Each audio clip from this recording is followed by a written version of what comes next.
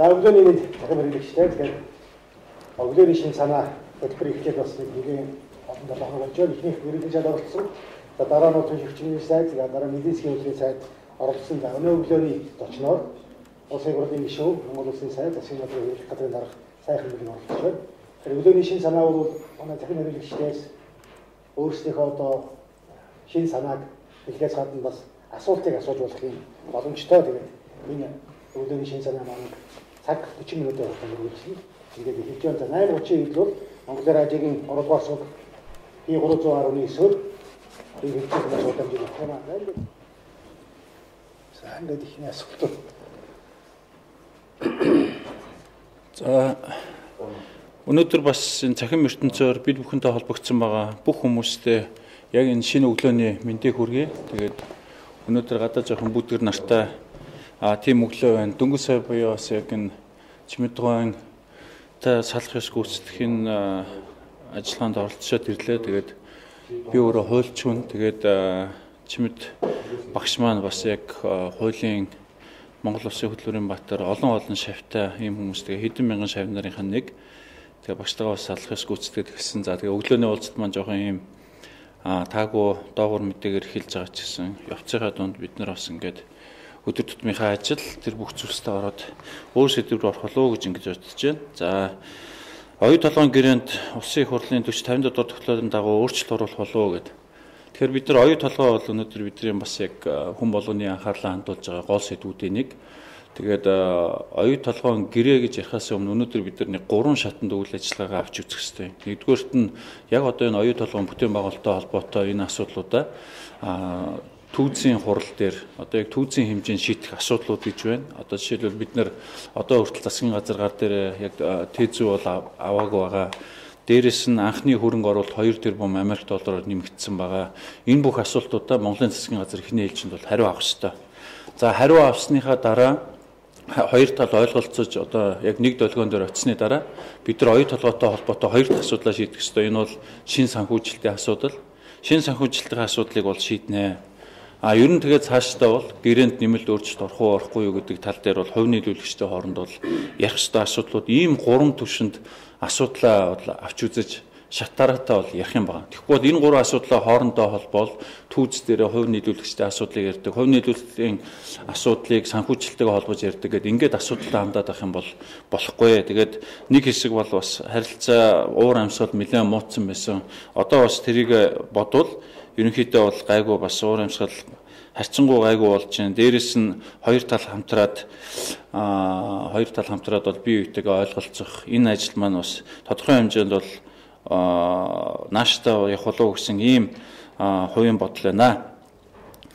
За засгийн газар өмнө говийн орон нутгийн хэмжээнд 5 толгой хувьцат компани талаар ямар байр суурьтай байна вэ гэдэг. Ер нь бол 5 толгойг тойроод бид нар бол асуудлаа ярихдаа 5 толгойгоо зөвхөн баруун цанх гэж ярих ёстой юу? Нийт ер нь 5 толгойн бүтэн том бассейныхаа хувьд яг энэ том одоо орд газрын хувьд ярих ёстой юу гэдэг дээр бол бас одоо бол засгийн газар манай уул уурхай яам нэлээд ажиллаж байгаа. За тэгээд энэ асуудлыг ярих үед IPO хийх үед мэдээж 5 толгойгоо бол томоор нь явж ээж зөвхөн баруун гэж одоо юм жижигхэн нэг хэсгийн тухай ярилгүй явж ээж манай 5 толгойн үнц нь бол нэлээд дээшлэх болов гэж бодож байна. Тэгээд мэдээж жижиг 5 толгойн хувьд ярихад бол энэ хувийн өмчийн асуудал за бас зарим хэмжээнд нь төр орцсон байдаг. Энэ асуудал бол хуулийнхаа хүрээнд бол явагдаж яригдах байхаа гэж ингэж бодож байна. Эдийн засгийн форум болсон энэ талаар эдийн засгийн форум бол энэ жил анх удаа бас ер нь нийт макро эдийн засаг Монгол улсын өрсөлдөх чадвараас гадна бас бид нар энэ эдийн засгийн бодлого тодорхой нэг том сэдв рүү төвлөрүүлж ярилцъя гэдэг энэ утгаар бид нар бол энэ жил Монгол брендийг бол онцолж гаргаж тавьсан. Яг тэр өнөөдөр Монгол улсад нэг 2 брэнд байна. Энэ өөрөө Монгол улс өөрөө нэг том брэнд. Дээрээс нь одоо манай их эзэн Чингис хаан гэсэн энэ 2 брэнд байгаа. Тэгээ 3 дахь брэнд нь юу юм бэ? 4 дахь нь юу юм бэ? Тэгээ бид нарт одоо мал аж ахуй, хөдөө аж ахуйн чиглэлээр бол Монгол орн өөрөө олон зуун жилийн юм ариун туршлагатай орн, ноос, ноолуур байна, оюутал дизайн байна. За дээрээс нь аялал жуулчлал, мах сүү гэд бид бүгдийн брэнд болоод явах зүйлүүд бол их өөрөө олон байгаа учраас нүүдлийн аж ахуй байна. энэ зүйлүүдээр төр засаг бодлогоор дэмжиж хувийн хвшил өөрөө бас зохион байгуулалтанд нь оролцож эхний ээлжинд импортоо оруулдаг болъё, дараагийн ээлжинд экспортод гардаг болъё. За тэгээ экспортод гарахаас гадна бас яг одоо том брендтэй болъё гэдэг энэ асуудлуудыг бид нэр бол ярьж байгаа. За ардчилсан нам 3 жилийн өмнө эдийн засгийн хувьсгал эхлэе гэж зарсан. Одоо энэ хувьсгал аль шатанд явна вэ? Ямар шалгуур үзүүлэлтээр хэмжиж байна вэ гэдэг. За нэг чухал асуудал. Бид нар өөрөө ардчилсан хувьсгал яриад одоо 22 жил болж байна. Бид нар улс төрийн хүрээнд, хүний эрх хөгжүүлэлтийн хүрээнд бол харьцангуй урагшаал авсан ч яг эдийн засгийн хэмжээнд Монгол айл өрх рүү орж байгаа энэ хэмжээндээ бол эдийн засгийн хувьсгал маань үнэхээр хэмжигдэх ёстой. Тийм учраас бид нар өнгөрсөн оны сонгуульд улсын хурлын сонгуульд оролцохоос яг энэ эдийн засгийн хувьсгалыг эхлүүлж айл өрхтөө оруулъя. Хүмүүсийн аж амьдралд нь бодитгоор оруулъя гэдэг энэ зүйлийг бол ярьж бид бүхэн бас шинэ засгийн газрын мөрийн хөтөлбөрөө мөн үйл ажиллагааныхаа одоо төлөвлөгөөгөө бол баталсан. За ингээд энэ дагуу бол 2013 оныг одоо өнгөрсөн 22 жилээс онцлог жил болгоё гэж бид нар энэ шинжлэлийн засгийн газар ярьж байгаа. Тэрний өглөө зэрэг их бүтээн байгуулалт. Их бүтээн байгуулалт өөрөө бас их хөгжлийг, их ажлын байрыг тэгээд араас нь ажлын байр маань ажил орлогыг за тэгээд ажил орлоготой болсон хүмүүст орон сууцыг гэдэг ингээд эдийн засгийн хувьсгал маань жинхэнэ өрхөөрөө бол яг хувь хөнөөгөө чиглэж айл өрхөөргөө орсон ийм одоо хувьсгал бол явагдах юм байна. Монголд анх удаа PPP-гээр явагдах ТЭЦ 5 гацаанд орлоо шалтгаан гэдэг. Би бол ТЭЦ 5-ыг бол гацаанд орсон гэж үздэг. Өнгөрсөн 4 жил зөвхөн ТЭЦ 5-ыг барих газраа маргасаар дууссан. Өнөөдөр ТЭЦ 5 засгийн газар, шинжлэлийн засгийн газар байгуулсан засгийн газрын хурдаанаар 5 удаа орж хилцэгдсэн. За ингээд шийдвэрээ гарсан. Бид нэр ТЭЦ 5-ыг бол Улаанбаатар хотын зүүн хэсэгт бол барина гэж байгаа. За энэний дагуу төрийн өмчийн хороо холбогдох эдийн засгийн хөгжлийн яам болон эрчим хүчний яам одоо бол энэ шалгаруулалтын явагдаад ТЭЦ 5-ыг барьж байгуулах энэ одоо хуулийн этгээдээ бид бүхэн шалгаруулад ТЭЦ 5 энэ одоо дулааны удирлаас энэ жилээс баригдаж эхэлнэ. За хаягжилтын талаар хамгийн сүүлд хийж байгаа ажлын талаар хэлнэ үү гэдэг. За хаягжилт бол үнэхээр хамгийн том чухал асуудлуудын нэг. Тэгээ бид өхөн улсын хурлаар засгийн газар өөрөө санаачлаад хаягжилтынхаа хуулийг батлан гаргаж чадсан. За одоо хаягжилтынхаа журмын төслийг засгийн газараар хэлэлцэж энэ асуудлаа шийдэж байна. Тэгэхээр араас нь бидний хамгийн чухал ажил одоо заалгана. Зөвхөн энэ хууль журам батлагдсанаар бид нар бол хаягжилтаа болчихгүй. Хаягжилтыг одоо шинээр яг гудамж талбай, зам, дээрээс нь айл өрх, орон сууц. За тэгээ бидний хамгийн толгой одоо толгойн өвчин болж байгаа гэр хорооллын замраагүй дугаарлалтынхаа шинээр хийх энэ асуудлыгаа бол бид нар бол ярина. Тэгээд зөвхөн энэ бол Улаанбаатар хотын хэмжээнд хэрэгжихгүй улс орон даяар хэрэгжинэ. Тэгээд бид нар сая бол яг туршилтын төсөл болгож Дархан хотод бас 180 сая төгрөг зарцуулаад Дархан хотыг орон зайн өгөгдлийн систем дээр нь бид бүхэн хаягжуулах асуудлыгаа бол хийж чадсан. Тэгээд энэ асуудлаар бид бүхэн одоо нэлээд тийм тодорхой практик алхмуудыг бол үргэлжлээд хийх юм аа. За сүүлийн асуулт нь засаг захиргааны шинжилэл хийх үү гэсэн энэ асуулт байна. За засаг захиргааны шинжилэл маань өөрөө бол дахиад хөгжилтэй холбоотой маш том асуудал. Монгол улс өөрөө ингэж 21 аймаг 330 сум 1500 багт хуваагдсан ийм үргэлжлэн тогтолцоо явах уу гэдэг асуудлыг бол байнга бол хаягилж байдаг. За эхний ээлжинд бол шинжлэлийн засгийн газрын хүрээнд бол аймгийн төвөө хотчиг болгож хөгжүүлээ, жишг сум байгуулъя гэсэн ийм том хөтөлбөрүүдийг бол хэрэгжүүлээд явж байна. За үндсэн хуулийн өөрчлөлттэй холбоотой асуудал учраас үндсэн хуулинд бол нэг том өөрчлөлт оруулахгүй яг аймгийн төвөөс одоо тодорхой ойрын одоо их ойрхон арааж уст байдаг тодорхой сумуудын асуудлыг нэг ийм сум бол нэг 20-30 орчим сум байдаг. Энэ сумын хэмжээнд бол зохицуулах бол болцоотой гэж ингэж үзэж байгаа. Мэргэжлийн хяналтын салбарын талаар авч хэрэгжүүлэх арга хэмжээ. За энэ мэргэжлийн хяналт бол өөрөө бас их том реформ. Манай шинжлэлийн засгийн газрын барьж авч шийдэх гэж оролдож байгаа нэлээд том асуудал. Мэргэжлийн хяналтыг бид бүхэн бол хяналтын одоо шинэ хуулийг төслийг нь бол боловсруулад байна. Энэ хуультай холбогдуулаад 107 хуулинд бол нэмэлт өөрчлөлт оруулна. Тэгээ бид нар ямар ч байсан энэ хаврын чуулганаар энэ хуулийнхаа өөрчлөлтийг бол өргөн барьж улсын хурлаар хэлэлцэж батлана гэсэн ийм байр суурьтайгаа мэргэжлийн хяналтын хуучин хийдэг байсан 34 чиглэлийн хяналт шалгалтыг бол эрс цөөлнө. Мэргэжлийн хяналтын байгууллага нь өөрөө 70% нь сургалт, судалгаа, зөвлөгөө, үйлчилгээн дээр суурилсан, 30% нь бидний хуучны сонгодог шалгалтын дээр суурилсан ийм шинэ одоо тогтолцоор орсон байгууллага бол цаашаа хөгжих юм аа. Эрүүл мэндийн чиглэлээр юу их вэ гэдэг. За манай үзэгчид бүх хүмүүс бол санаж байгаа саяхан Монгол Улсын ерөнхий сайд бас эрүүл мэндийн салбар руу бол нэлээд тийм яг салбар болгон төвшин болгон байгууллага болгоноор орж газар дээр нь ажил байдалтайгаа танилцсан. Өнөөдөр бол эрүүл мэндийн чиглэлээр одоо энэ явсантай нь холбогдуулаад энэ чиглэлээр хийх өөрчлөлтийн талаар бол 3 янзын ажлын хэсэг бол ажиллаж байгаа. Манай эрүүл мэндийн яам нэлээд оройролж энэ чиглэлээр бол ажиллаж байна. За энэ одоо ажлын хэсгүүд түрүүний одоо ерөнхий сайдын энэ салбарт ажилласантай холбогдуулаад бид бүхэн бол ойрын үед хийх энэ үйл ажиллагааныхаа хөтөлбөрийг яг одоо тодорхой шинжиллийн энэ саналуудыг бол нэгтгэж эцэлж гаргах юм байна. За ингээд нэгтгэсний үндсэн дээр хуульд оруулах нэмэлт өөрчлөлтүүд, зохион байгуулалтын хувьд арга хэмжээнүүд, за дээрэс нь хамгийн гол нь хөрөнгө оруулалт хийж санхүүжүүлэх арга хэмжээнүүдэд бол тогтож эрүүл мэндийн салбарт бол нэлээд том өөрчлөлтийг бол хийх нь болцоо нь бол гарнаа. За ардчсан нам зээлийн хүүг нэг оронтой тоонд оруулна гэсэн. Зээлийн хүү 13, 14, 15 онд хэдэн хувь болж урах вэ? Одоо 20-24% байна уу даа гэд. За ардчсан нам бол яг энэ чиглэлээр шинжлэлийн засгийн газар бол нэлээд том хөтөлбөр хэрэгжүүлэх чинь. Одоо бол яг засгийн газар дээр эцэлэгдээд бид бүхэн орон сууцны санхүүжилт, орон сууцны моргижийн том хөтөлбөрийг бол гаргана. За энэ хөтөлбөр бол одоо бид нар ярьж байгаа хуучин уртлын засгийн газар нэг 6% хүүтэй 50 тэрбумаар эхэлсэн энэ хөтөлбөрийг нэг 800 тэрбум эхнийх нь одоо хөрөнгө оруулалт гарааных нь нөхцөл. За тэгээд 10% дотроо нэг оронтой тоон дотроо оруулсан ийм одоо асуудлыг ярьж байгаа. Одоо бол ажлын хэсгээр ярьж байгаа нь бол 8% дээр нэмэх хасах 1% гэсэн энэ хэмжээнд бол бид нар ярьж байна. За ингээд бол ярихад одоо яг урт хугацааны 20 жилийн ийм зээл маань ийм хүү рүү орж ирдэг нь өөрөө араасаа дагаад арилжааны зээлүүдийн хүүг буулгах. Одоо яг ингээд манай саяны асууж байгаа хүн шиг нэг оронтой тоонд оруулах бол тал дээр бол гол нөхцөлийг нь бол бүрдүүлэх юм байна. Тэгээ бид нар бол хуучин бас энэ санхүүжилтэн дээр гарч ирсэн зөвхөн нийлүүлэлтэд дэмждэг, эрэлтээ орхитуулдаг биш. Нийлүүлэлт, эрэлт хоёрыг нь аль алийг нь дэмжсэн бодлого явуулж байгаа тохиолдолд бид нар бол тодорхой үр дүнд хүрнэ гэсэн ийм итгэл үнэмшил хүлээлттэй байгаа. За Орос хятад нүүрсийн чиглэлээр идэвхтэй ажиллаад эхэллээ.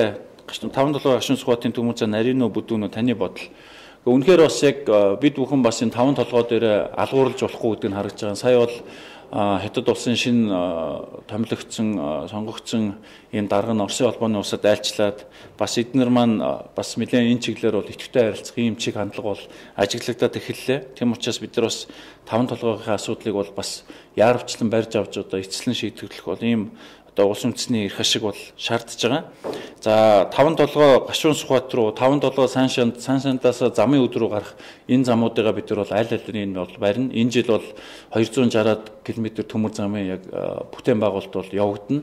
За үлдэж байгаа бүх төмөр замын Т100 бусад фид буюу одоо цаасан дээрх бүх судалгаа шинжилгээнийх нь ажил нь бол явагдаж дуусах юм байна. Тэгээд төмөр зам нарийн нөө бүдүүнөө ялангуяа яг энэ шууд одоо хил рүү явж байгаа экспортыг чиглэсэн энэ зам нарийн бүдүүн бахыг Усын их хурл бол тухай бүрд нь бол шийднэ гэсэн юм төмөр замын бид нар бодлогын баримтчигтэй мөн хуультай. Тийм учраас энэ чиглэл дээр шаардлагатай гэж үзвэл бид нар бас их хурл дээр бол энэ асуудлыг бол ярина. Та сэтгүүлч хүн нийтлэл бичдэггүй блог хөтэлдэггүй энэ би бол өөрөө бол сэтгүүлийн бол мэрэгжлийн бол байхгүй хүн. Миний үндсэн мэрэгжил бол би бол хуульч эрх зүйч мэрэгжилтэй. Монгол Улсын их сургууль, Америкийн нэгдсэн улсын Жорж Вашингтоны сургуульд төгссөн. За хамгийн анх бас Москва хотод бол түүхийн багшаар бол бакалаврынхаа энэ мэрэгжлийг авч ирсэн. Тэгээд залуучуудын байгууллагад энэ олон нийтийн ажилд нэлээд идэвхтэй оролцоод телевизэд бас ажлынхаа хажуугаар тийм хоббидоо хөтлөгдөж ажиллаж исэн энэ асуудал маань өөрөө сэтгүүлч юм шиг ийм ойлголт бол хүмүүс төрүүлдэг юм шиг байгаа. Одоо бол би бол өөрөө нэг тийм сошиал медиа руу бол нэг өөрөө бол гарахгүй байгаа. Миний фэйсбүүкийг манай туслахууд хөтэлдэг. Тэгээ бас юу бичиж явдгийг нь бол манай туслахууд бол өөрсдөө мэднэ. Тэгээ би бол нэг ороод идэггүй.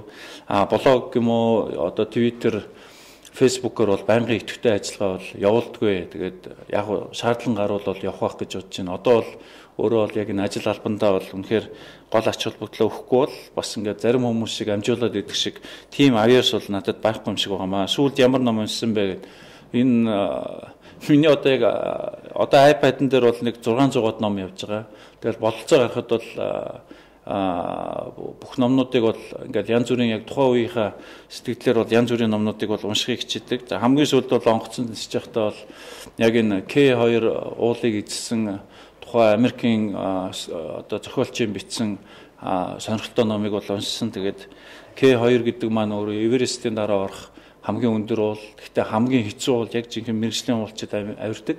Тэгээд К2 гэдэг нь бол хар хором гэдэг үгнээс гаралтай юм байлээ. Тэгээд монголчуудтай холбоотой ийм өндөр оргилын тухай сонирхолтой ном уншсан.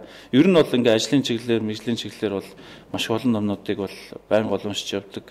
Орой унтахад бол хамгийн одоо гол хэрэгсэл гэх юм. Сэтгэлийн 200, 500, 750 үг гэх нь аль нь үнэн юм бэ? Илдүү ийм хоригдсон үг хэллэг, үгсийн сангийн тухай ойлголт байхгүй. Энийг одоо бүгдээрээ нэг мөр ойлгох хэрэгтэй. Хаанаас ч юм ингээд нэг 700 үгтэй юм гарч ирээ. Тэр нь нийгэмд буруу ташаа ойлголт өгөөд сая бол зөндөл олон процесс явж байгаа шиг байна. Ер нь бол бид нар бол заавал нэг үгсийн сан ингээд байлгүйгээр сонины ертөнцид, хэвлийн ертөнцид, дээрээс нь телевизийн ертөнцид, энэ олон нийтийн хэвлэл мэдээллийн хэрэгслүүдэд тэтгэл төргөөнд бас нэг хүмүүсийн баримталтыг, этик, эстетик ер нь бол нэг ёс зүйн хэмжээ гэж байдаг. Энэ маань өөрөө цахим ертөнцийн дээр бас өөрөө хадгалагдаж явах ёстой. Одоо ингэж олон нийтэд зардаг хэвлэл мэдээллийн хэрэгслүүд дотор шиг ингэж хараад ерөөлийн үг урсгадаг ийм бол зөвхөн манай захим ертөнцөөс бол өөр газар байхгүй шүү дээ. Энийг нэг төрийн байгууллага руу юм уу мэдээллийн энэ сайтууд руу оруулаад агуулгүйгээр манай хүмүүс бол өөрсдөө энэ соёлдоо суулцах хэрэгтэй. Соёл бий болтол энэ дадал хэвшил бий болтол сайтууд маань өөрсдөө одоо өндөр зохион байгуулалттай хариуцлагатай ажиллах хэрэгтэй. Нэг хүн одоо хараад ерөөлийн янз бүрийн үг оруулвал тэр үгээ өөрсдөө хасдаг, тэр орчингоо энэ сайтын энэ редакцууд энэ ажлыг, бизнесийг авч явж байгаа энэ хүмүүс маань өөрсдөө зохицуулах ёстой. Энэ хэмжээнд л асуудлаа бол ойлгох ёстой. Тэрнээс биш нэг тийм хориотой үг гэж хүн уншихад нүд хил халтармаар ийм заваа юм гаргачаад тэрийгэ тойрсон тулга тойрохгүй ийм ус төр хийж явах нь өөрөө бол хаана хэрэггүй л гэж ингэж хэлмээр байгаа. За хүнсний бүтээгдэхүүн гений өөрчлөлтөө их орж ирж байна. Энэ тал дээр ягаад ямар чаналт байдаг юм бэ гэдэг. Ямар чаналт байхгүй асуудал байхгүй л дээ. Энэ дээр тодорхой хинж байгаа эрсдэлээр суурьсан өөрчлөлтөө хяналт шалгалтаа хийж байгаа мэргэжлийн хяналтын байгууллагын лаборатори тоног төхөөрөмжүүд нь бол хил дээрээ шинжилэгдсэн. Энэ гүн дээрээ ч бол шинжилэгдсэн. Тэгээд бол хуулийн хувьд тодорхой өөрчлөлт орсон байгаа. Сая өнгөрсөн 3 сарын 1-ээс хүнсний бүтээгдэхүүнүүдийг хувь хүн бол зөөж ингэж жижиг ганцаар оруулж ирдэг нь бол хуулийн хувьд бол боловсон байгаа. За одоо бол аж ахуй нэгжүүд тийм аж ахуй нэгжүүд өөрөө хариуцах эзэнтэй эргээд хариуцлага тооцох энэ бүх асуудлууд нь бол шинэ хуулиар бол зохицуулагдж байгаа. Тэгээд тийм учраас энэ асуудлыг бол мэргэжил технологийн хувьд, лабораторийн хувьд ч хууль эрх зүйн хувьд ч цаашид бол хийх ёстой шинэ мэргэжлийн хяналтын байгууллагын бас нэг том одоо функц нь яг хүнлүү хандж байгаа хүнсний зүйл им тариа бэлтгэмлийн тухай одоо өөрөө энэ шинэ үйл ажиллагааных нь хамгийн гол хэсгийг бол эзлэх юм. Өглөөний аймагуудын засгийн тамгын газрын дээрх агентлагуудын бүтцийг шинжлэх асуудлыг нэгдсэн байдлаар авч үзэх үү. Одоо бол хуучнаараа бол ажилланаа. Энийг бол өөрчлөх шаардлага байхгүй. Өөрчлөхөөр бол хоёр үндсэн сонирхол явагдгийн. Юу гэхээр зэрэг одоо байгаа манай энэ төрийн захиргааны төв байгууллагууд, агентлагууд өөрийнхөө бүтцийг босоо одоо тогтолцоогоор хийх их сонирхол байдаг. За аймагуд бол хэвтэйгээ авч үзэх сонирхол байдаг. Тэгээ бид нар бол бүтцээрээ оролдохоос илүү зохион байгуулалт үйл ажиллагаагаа бол анхаарлаа хандуулах ийм цаг болсон.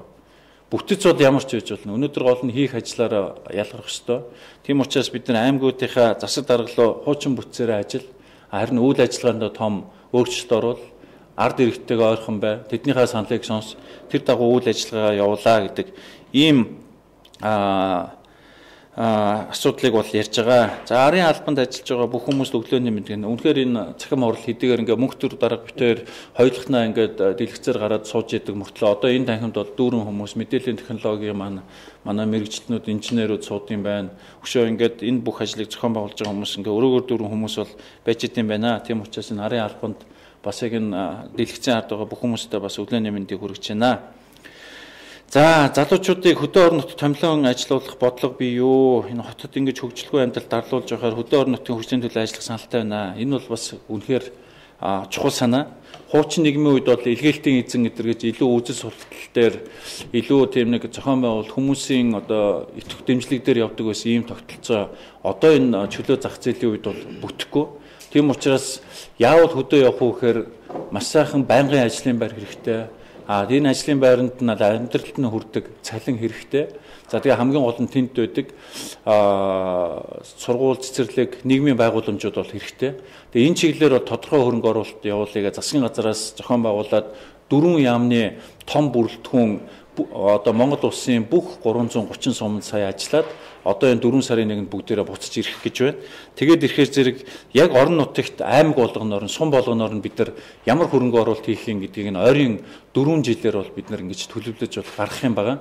Тэгээд энэ хөрөнгө оруулалтынхаа энэ 4 жилийнхаа хөтөлбөрийг гаргасны үндсэн дээр дахиад бол энэ тухайн сум, тухайн аймаг яаж хөгжих вэ гэдэг энэ бодлого нь бол хөрөнгө мөнгөтэйгээ гарч ирнэ.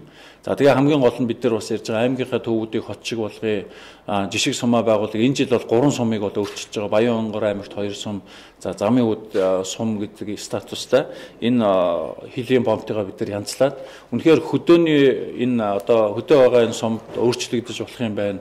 Аятайхан нөхцөлд амьдарч болох юм байна гэдгийг харуулах юм бол эргээд бас 330 сумдаа бол бид нар энэ асуудлыгаа бол бид нар бол зохион байгуулж хийгдэн. Тэгээд энэ чиглэлээр бол ажлууд хийгдэхэд манай залуучууд ажлын байр хайж явж байгаа хүмүүс бас Улаанбаатар нийслэл төдийгүй одоо хөдөө орон нутагт бол ажиллаад явах энэ нөхцөл байдал бол бий болох юм аа. За зайсан туйл бас орон сууцны барих ажлыг яагаад зогсоохгүй байна вэ? Дэд бүтцээр яагаад хангаад байна вэ? Байгаль очирс хохирлыг төрүүлэх үү гэдэг. За одоо ингээд хуулийн хэмжээнд бол де факто де юре гэж нэг хоёр ойлголт байдаг. Хуулиар бол зохицуулаагүй юм уу, зөвшөөрөөгүй байхад бодит амьдрал дээр ингээд бүтэн бий болсон юм байгаа бид нар де факто гэж ярьдаг. Зайсан бол яг л тийм байдалтай байгаа. Энэ бүсэд бол одоо бол хуулиар бол аялал жуулчлал хөгжүүлэх ийм зорилтоор газар олох ёстой. Тэгэхээр тэнд бол орон сууцнууд баригдсан ийм байдалтай байгаа. Энэ асуудлыг бид нар бол нэг тийш нь гаргаж шийдэх ёстой. Ер нь бол миний хувийн бодол бол энэ дархан цаазат богдуул гэдэг бол зүгээр ийм онгон жилүүд байснараа биш. Харин тойроод одоо Улаанбаатар хотын тэлэлтийн бүс, Улаанбаатар хотын оршин суугчид маань өөрөө цэвэр агаарт гардаг бүс байж ээж энэ богдхан уул маань өөрөө бол яг жинхэнэ утгаараа илүү дархан цааслагдаж одоо хамгаалагдах хэрэгтэй байнамаа. Тийм учраас энэ асуудалтай бол нэг цогцоор нь бол авч үзэх хэрэгтэй. Богдхан уулыг тойроод аль хэсэг нь яг одоо огт барилга байсан баригдахгүй хэсэг үү, аль хэсэг нь суурьшлийн маягийн бүс болох уу, тэгээд аль хүртэл нь хил зааг нь явах уу гэдгээ бид нар бол нэг их хурлынхаа хэмжээнд, парламентынхаа хэмжээнд энэ асуудлыг нэг бүтэн одоо багцаар нь авчих хэвээр. Тэрнээс одоо ороод нэг баригдсан байгаа хувийн байшингуудыг шууд буулгаж нураана гэдэг бол арай л бас нөгөө де факто де юре гэдэг хувийнхаа хувьд яхад бол бас өөрөө их зовлонтой асуудал болсон. Тийм учраас энэ асуудал дээр бол бид нар нэг мөр бол орж шийдэх ёстой. Үндсэн хуулийн 7 өөрчлөлтийг сонгуулийн ортоос нь эртгөө өөрчилж амжих уу? Би бол ер нь үндсэн хуулийн өөрчлөлтийг бол зөвхөн 7-той холбож ярих өөрөө бол дурггүй. Ер нь бол үндсэн хуулийнхаа бид нар бол том өөрчлөлтүүдийг бол ерөнхийдөө бол ярьж байгаад хийх ёстой. Үндсэн хуулийг өөрчлөлт хийхин тулд нийгмийн донд бол маш том зөвшөлтсөл ойлголцол бий болох ёстой. Тэгээд энэ зөвшөлтсөл ойлголцлоо бий болохын тулд парламент судалтай улс төрийн намууд өөрөө бол оройлж ажиллах ёстой.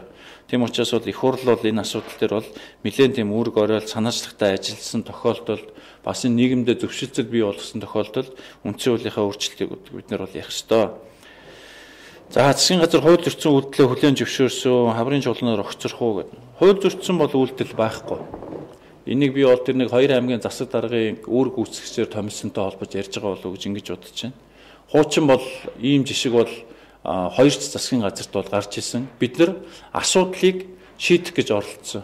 Одоо өнөөдөр аймгийн хурл нь засаг даргаа шийдэж чадахгүй гаццсан үйл ажиллагаа явуулж исэн хуучин дарганаар нь ажиллаа хаяад явцсан, тамгаа өгсөн ийм нөхцөлд аймгийн иргэдийн хурл нь засаг даргаа томилж чадахгүй байгаа тохиолдолд, гаргаж ирж чадахгүй байгаа тохиолдолд бид нар төр зургийн арга хэмжээ авсан. Харамсалтай нь энэ иргэдийн хурлын одоо олон хэсгийг бүрдүүлж байгаа улс төрийн хүчин Монгол Ардын нам энэ асуудалд бол хариуцлагагүй хандсан. Яг энэ үндсэн хуулийг зөрчсөн одоо энэ яг хүний асууж байгаа шиг хууль зөрчсөн үйлдэл хийлгсэн болж харуулахын тулд асуудлаа шийдэх хэлбэрээр биш үндсэн хуулийн цэцээр ноцтолж эхэлсэн. Одоо тэгээд өөрсдийнхээ хаалганд Ардын нам өөрөө гол алдсан байгаа, бөмбөгөө алдсан байгаа. Одоо энэ Дорнод аймаг дээр, энэ Хөвсгөл аймаг дээр тэр газар худалдаж одоо газар зарж бүхэл бүтэн утгагүй олон шийдвэрд гарсан тэр Цэрэнжав гэдэг хуучин дарга нь Дорнод аймаг дээр ажиллаж исэн Жанлав гэдэг хуучин дарга нь одоо бол хинч байхгүй ингээд нэг ийм хачин байдалд орсон. Энэ асуудалтай Ардын нам эхэлж хариулт өгмөр байна. Иргэдийн хурлынхаа олонхыг бүрдүүлж байгаа энэ улс төрийн хүчин хариултаа өгж энэ хурдан асуудлаа шийдэхгүй бол та бүхний улс төрд, жижигхэн улс төрд энэ 2 аймгийн иргэдийн сонгогчдын эрх ашиг хөндөгдөж байгаа. Тийм учраас энэ асуудлаа хурдан шийдэх ёстой. Энэ бол засгийн газрын асуудал биш. Энэ бол улс төрийн хүчний асуудал болцсон шүү гэдгээ ойлгох ёстой. Та өөрийнхөө эрүүл мэнд хэрхэн анхаардаг вэ? Дасгал хөдөлгөөний хоолтын тал дээр хэрхэн анхаардаг? Амьдралын хэв маягийн талаар яач. Би одоо ажил хэдийн их байгаас 7 хоногт 2-3 удаа заавал фитнес хийхийг бол хичээдэг. Үнэхээр яг энэ фитнес маань өөрөө энэ ажлын стресс, өөрөө энэ бол илүүдэлжин энэ бүх зүйлийг бол зохицуулаад гол одоо нөлөө үзүүлдэг. Би Улаанбаатар хотод 5 алхаад баар цэнгэний газар байдаг 5 алхаад фитнес клуб байгаасаа гэж ингэж хүсдэг. Би өөрөө бас яг энэ хоббийнхоо дагуу бас энэ залуучууд хүсэл тавьсан учраас Монголын пауэрлифтингийн холбооны ерөнхийлөгчийн бас юм сонгуультай. Энэ жил пауэрлифтингийн одоо хэвтэй шахалтын тэмцээн Азийн аврал шалгуур тэмцээн Улаанбаатар хотод бол 100 болно. Тэгээ би бол залуучуудаа уриалмаар фитнест бол бүгдээрээ яваа. Одоо ингээд зүгээр л энэ телевизээр гарч байгаа хүмүүсээ хар, зүгээр гудамжинд явж байгаа хүмүүсээ хар. Монголчууд нийгмээрээ илүүдэлчинтэй болцсон байна. Дандаа гүзээтэй. Тэгээ бид нар их буруу ойлголттой. Бид нар энийг буйны тарга гэж ярилдаг. Турж байгаа хүнийгээ өвчин тусцсан юм уу гэж асуудаг. Тарган хүнийгээ буйны таргатай гэж магтдаг. Тэгээ энэ одоо тогтцсон хуучин стереотипоо бид нар бол өөрчлөх ёстой. Барууны өндөр хөгжилтэй орнуудад гүзээтэй хүнийг бол ажилд авдаг шүү. Яг тэгэхээр чи өөрөө өөрийгөө зохион байгуулж чадахгүй, өөрөө хоол ундаа таарж өөртөө арчаа тавихгүй байж албан байгуулалтаа яаж арчаа тавих гэж байгаа юм бэ гэд тэр хүнийг авдаггүй. Эсвэл гитсэн унцсан цэргийн хурандаа авах юм бол танд ажлаас чинь 1 жилийн чөлөө өгөө. Наад гитсэн янзлчаад эргэж энэ цэргийн албандаа орж ирж ороо гэж ярьд. Тэгэд өнөөдөр бид нар бол үнэхээр бас яг энэ зүйлдээ бол үнэхээр анхаарал хандуулмаар байгаамаа. Үнэхээр манай залуучууд, охид бүсгүүчүүд бүгд бодлоо үнэхээр сайхан харагдах ёстой. Биеийн тамираа хичээлэх ёстой. Тэгээ энд бол заавал ямар олимпийн наадамд Лондонгийн олимп, дараагийн Бразилийн олимпт явах гэж байгаа биш. Энэ бол илүү биеийн тамир, илүү эрүүл мэнд гэдэг талаар нь бол хандах ёстой гэдэг. За good luck for reform government гинэ их баярлаа. Хэлийн бонтоор нэвтгэхэд энэ олон хил хяналтын байгууллагуудын давхарцсан шалгалтыг яах гэж байна вэ гэдэг. За үнэхээр хэлийн бомбын шинэ хуулийг засгийн газар өргөн барьсан байгаа. Их хурл бол шинэ хууль эрх зүйн орчин гаргана. Хуучин бол хэлээр гарч байгаа хүн лөө бол нэг 10 хэдэн төрлийн байгууллагууд очиж дарамтлагдаг янз бүрийн хяналт шалгалт бол ордог байсан. Одоо бол хэлийн бомбоор ороход 3 байгууллага энэ шинэ хууль гарснаар бол ханддаг болно. Нэг нь бол яг энэ гадаадын иргэн харьяат Монгол улсын иргэдийн шилжилтүүдтэй холбоотой шинээр байгуулагдах агентлагийн хүмүүс одоо хуучин хил шалган нэвтрүүлэх гэж ярьдаг байсан. За хоёр дахь нь болохоор зэрэг мэрэгжлийн хяналтын шинэ байгууллага. За гурав дахь нь бол гайлын байгууллага. Мэрэгжлийн хяналт бол бүх бараа, бүх хүний бүх чамдаан савруу бол онгочихгүй зөвхөн эрсдэл нөгөө хүнсний бараа, ургамлын гаралтай 20 цэрийн дэглэмтэй энэ бараануудаас шалгана. За бусад зүйл рүү бол орохгүй. За гайлын байгууллагч гэсэн хүн болгоныг очиж онгочиж ухаад байхгүй. Яг зөвхөн одоо улаан гэрэлтэй хуучин бол ногооноор гардаг байсан бүх газруудаа бол чигээр нь татвараа аваад гаргадаг ийм хөнгөн шуурхай тогтолцоонд бол шилжих юм аа. Тийм ч учраас сая ерөнхий сайд, эдийн засгийн хөгжлийн сайд бид гурав Монгол улсын яг энэ хамгийн одоо яг орох гол хаалга болсон замын үд бомтон дээр бол очиж ажилласан. Тэнд байгаа бас давхардлуудыг тэнд бий болсон байгаа энэ төвлөрөл очруудыг бол алга болохын ажлуудыг хийсэн. Одоо бол ер нь бол хэлийн бомт маань өөрөө хөнгөн шуурхай болох чиглэлээр бол том зохион байгуулалтын ажлуудыг бол хийж дууссан. Нэг цонхны бодлого үйлчлэн гайлын орж гарахад нэгтгэг байсан импорт экспортын 10 бичиг баримтыг хуулиар бид нэр 2-4 болгож бол буулгасан байгаа. Орон нутгийн болон их хурлын сонгуулийг хамтдаган хийх тухай хуулийг дөнгөж ерөнхийлөгчийн сонгуулийн дараа хийгээд эртхэн бүх юмыг ойлгомжтой болгомоор санагдах юм аа. За би бол энэ санал тавьсан үнэтэй бол санал нэг байна. Одоо өнөөдөр Монгол улс хэтэрхий их одоо сонгуульд, улс төрийн сонгуульд ялангуяа цаг зарж байгаа. 4 жилд нэг удаа ерөнхийлөгчөөс нэг дор сонгогчдөг, орон нутгаас нэг сонгодог, их хурлаач нэг сонгодог, энэ засаг дарга нараас нэг сонгогчдөг. Ийм бол сонгуульд бол шилжиж орох ёстой. Тэгээ үлдсэн 4 жилд нь ажиллаа хийдэг энэ тогтолцоо бол үнэхээр бол биднэрт бол шууд одоо шаардлагатай болж байгаамаа. За FM 119 шууд дамжуулж байна гэж 119-ийнхтэй их баярлалаа. За цахим засалт анхаарлаа хандуулаарай. Үнэхээр яг санал нэг байгаа.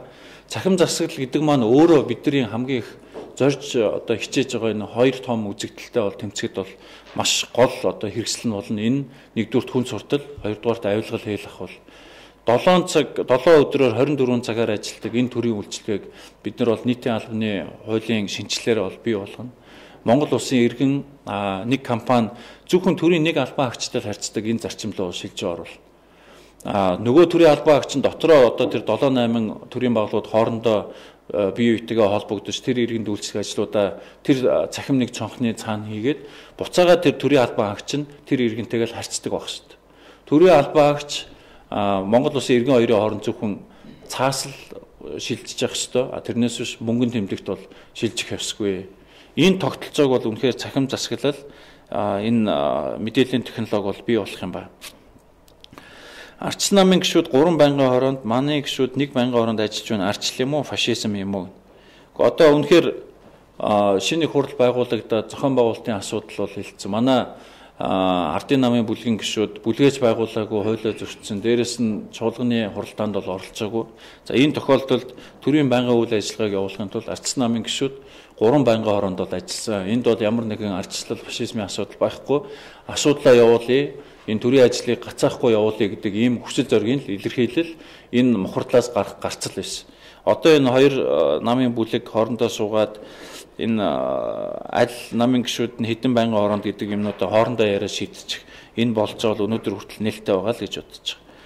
Та мэдээллийн технологийн салбарыг тэргүүлж байсан энэ чиглэлээр юу хийх вэ? Одоо бол энэ манай мэдээллийн технологийн салбарт бол бас эрч хүчтэй 2 шинэ залуу дарга ирээд ажиллаж байгаа.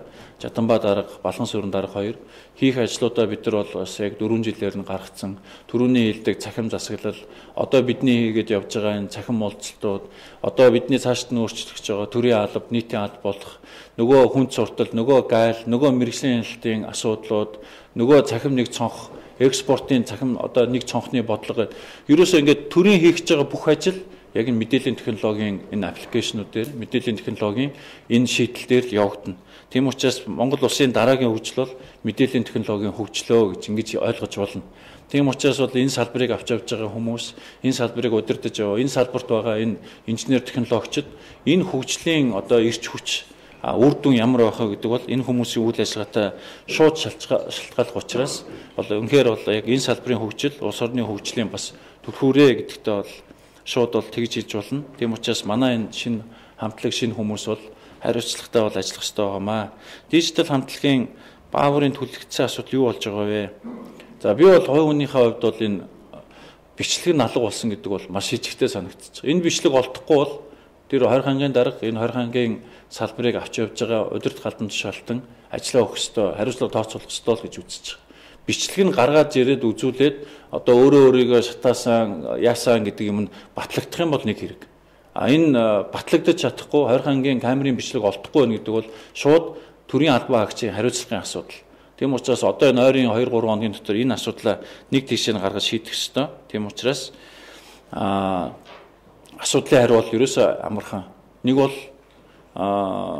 бичлэг олдох ёстой, нэг бол хариуцлага хүлээх ёстой. За, Жапон ерөнхий сайдын айлчлал эдийн засгийн түншлэлийн гэрээ байгуулах уу? Энэ жил бол Японы ерөнхий сайд, за араас нь Туркийн ерөнхий сайд, тэгээд Монголд хамтын нөхөрлөлийн орнуудын хурал гэдэг Монгол орныг бол сүүлийн үед дэлхийд дахин их тоож байгаа. Их олон том айлчлууд, олон том уулзалт хурлууд болно.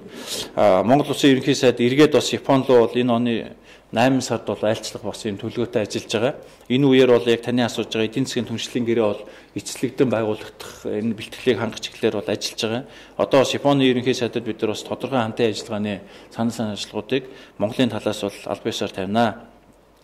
Шин санаанаас илүү хуучин юм сандаагаад байна шүү. Өөрөн телефоны оператор яагаад үнэ нэмээд байгаа юм бэ? Тэнийг хүн хуурч байгаа юм шиг тэр магна гинэ. За энэ магнадаа бол асуудал бол бас биш ээ. Өөрөн телефоны операторууд бол үнэхээр бас Монгол улсад 4 оператор үйлчилж байгаагийн сайн тал ч вэ, мууч тал вэ? Сайн тал нь бол өрсөлдөөний үндсэн дээр өөрөн холбооны одоо операторын үн бол үндсэндээ унсан. Өнөөдөр үн унсандаа Монгол улсад өнөөдөр өөрөн холбооны хэрэглэгчдийн тоо Монгол улсынхаа хүн амын тооноос бол илүү гараад явж байгаа шүү дээ. Энэ өөрөө бас энэ салбарт өрсөлдөөн бол ямар ч байсан хүчтэй явж байгаа гэдэг энэ бол бас юмны хэмжүүр бол болоод байгаа. Ер нь бол явандаа бол биднэрт бол өөрөн холбооны оператортой холбоотой хэд хэдэн асуудал байгаа. Одоо бид нар ингээд нэг секунд, минут гэж хэрэлдэхээсээ илүүтэйгээр бид нар бол мобайл номер портабилити гэж ярьдаг. Энэ нь болохоор хувь хүн нэг л үндсэн номертой болдог. Энэ системтэй бол Монгол улс бас шилжиж орохыг бол тал талаас нь ярьж судалж операторуудаа хамт манай энэ төр засгийнхан бол хийх ёстой. Тэр нь юу гэхээр зэрэг одоо та нэг номертой бол тэр номер нь бол альч одоо мобайл операторт бол одоо бүртгэгдэж болдог. Тэгээ өөрийнхөө хүссэн мобайл оператортой үнэ төлөөд явдаг. Тэр хувийн дугаар нь өөрийнхөө үндсэн өмч болдог. Энэ асуудалтай бол бид нар бол яг олон жил ярьж байгаа асуудал. Бид нар бол энэ асуудлаа бол хийх ёстой. За үнэхээр шинжлэгдэж чадвар танаа засгийн газарт амжилт хүсье. Зарим бодлого хэрэгжүүлэхээс жоохон дутагдaltaй байгаа шүү гэнэ. Баяр зүрэгж бас бид нар их араас ташуурдж байна. Тийм учраас бол яг энэ балансын дээр бол ажил явдаг. Бид нар бол нэг хүнээс ч гэсэн урмын үг сонсохдоо бол мэдээж хүн юм чинь бол баярлдаг. Илүү хийх юмсан гэж хүсдэг. За ажил хэрэгт санал шүүмжлэл гарахад бид нар бас яг адилхан бол бас авч тэрийг хэрэгжүүлэхийн төлөө явдаг юм аа. Оюутны отхны асуудал ямар шатантай яваа вэ? Хаана баригдах нь тодорхой болсон уу? За одоо уг нь тэр налах малах тэгжсэн мөх цэвдгийн асуудал гарсан. Одоо манай ганц хүмүүс сайд бол Багнуурын хавьд бол нэлээд тэгж асуудлаа төвлөрүүлээд бол явж ин лээ. Тэгээд энэ асуудлаа бол нэлээд эцлэл шийдээд засгаас бол тэр үед нь бол тодорхой шийдвэрүүдийг гаргаад энэ ажил бол цаашаа үргэлжлэж явагдана. Нийслэлийн хүн амын талаас илүү хэсэг нь амьдарч байна. Төвлөрлийг сааруулах талаар юу гэдэж байна? Шинэ нийслэл байгуулалт төлөвлөлт байна уу? За би түрүү хөдөө орон нутаг руугаа хүмүүсийгээ бас явах тэр эдийн засгийн сонирхол үндслүүдийн талаар тайлбарсан. Одоо бол нийслэлд тогтоод хэлэхэд бол өнөөдөр бид нар бол яг энэ дөрвөн уулынхаа дунд машины парк байхгүй, хүүхдийн тоглоомны талбай байхгүйгээр байшиннуудаа бол шахаж барьж байна. Энэ бол үнэхээр буруу. Одоо бол бусад одоо том хотууд, хөгжилтэй орнуудын хотууд бол тэлдэг. Тэлсээр байгаад хоёр хот хоорондоо нийлцдэг. Аль хотод яваад байгаа нэг мэддэггүй ийм л нөхцөл байдалтай байдаг шүү дээ. Тэрнтэй адилхан Улаанбаатар энэ голоо дагаад дээрээс нь замаа дагаад тэлэх асуудлаа хийх ёстой. Одоо хөшгтийн хөндийн онгоцны бодлогоо тэлэх ёстой. Өвөр хангаа явж байгаа замаа дагаад тэлэх ёстой. Дархан руу явж байгаа замаа дагаад, Налах руу урагшаа Чойр руу явж байгаа замаа дагаад Улаанбаатар хотынхаа бол тэлэлтийг хийх ёстой. Тэлэлт хийхэд тулд дид бүтцийг нь шийдэж өгөх ёстой. Барилга байгууламжийг шийдэж өгөх ёстой. Хувийн хвшлийнхандаа болцоог нь гаргаж өгөх ёстой. Тэгээ энэ чиглэлээр бол бид нар бол нэлээд том ажлууд хийж байгаа. Улаанбаатар хоттойгоо тохироод, барилга хот байгуулалтыг ямаргаа тохироод, дид бүтцийн аль хэсэгт нь хийх юм, хувийн хвшлийнхэн тэгээ яаж орж ирэх юм, дараа нь яг эргээд эцсийн дүндээ хүмүүс дээрээ бол бас ямар шохон нөхцөлтэй энэ барилга байгууламж очих юм гэдэг энэ асуудлуудаа бид нар бол төлөвлөд явж байгаа. Энэ одоо дулааны хувьд бол бүтээн байгуулалтын, гэр хорооллын дахин төлөвлөлтийн нэлээд том ажлууд шийдэгдэн маргааш засгийн газрын хуралдаанаар яг энэ асуудлуудад зарцуулагдах хөрөнгө эцэлэгдэн батлагдах юм байгаамаа. Энэ асуудал бол бид нар бас нэлээд том хэмжээний бол хөрөнгө хаяж энэ жил бол олон асуудлыг бол шийднэ. Бид тариншааны эсвэл ядуу хөнгүү, гудамжны хөнгүү гэдгээрээ дэлхийд брэнд болмоор байна. Мэдээж хөгжил буруу орнууд дотроосоо гэдгээрээ ер нь тахир дутуу хүмүүс хөгжлийн бэрхшээлтэй улсуудад хандлагаа эрс өөрчлөх хэрэгтэй. Зөвлөлдөө үнэхээр нийгмийн халамжийн бодлого бол 3 бүлэг рүү л очих хэрэгтэй. Тэрний үхээр хүүхдүүд, дээрэс нь тэтгэврийн хөгжчүүл, хөгжлийн бэрхшээлтэй иргэд.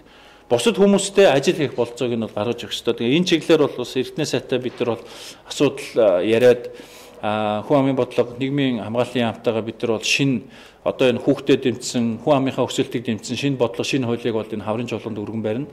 За араас нь бол нийгмийн халамжийн бодлогондоо том өөрчлөлт оруулна. Нийгмийн даатгалынхаа сангийг мөнгөжүүлж, бас энэ сангийнхаа удирдлага менежментийг хийн, моргежтойгоо холбоно гэд том бол хийх ажлууд бол биднийг бол хүлээж байгаамаа. Бям цогт гишүүний төрийн албан хаагчдын талаарх асуудал та хариу бүрэн өгөөгүй байгаа мó хэдэн хүн халагдсан бэ? Асуулт нь хариу өгөх үү? Бям цогт гишүүний төрийн албан хаагчдын талаарх асуулгад бол хариулт өгсөн. Дээрээс нь улсын хурлын чуулганы бүтэн одоо хуралдаан дээр энэ чиглэлээр бол хангалттай бол хариулт өгсөн. Одоо тэгээд төрийн албан хаагчдыг ярихаар бүх нийтээр нь олноор нь хоморлож байгаа асуудал байхгүй шүү дээ.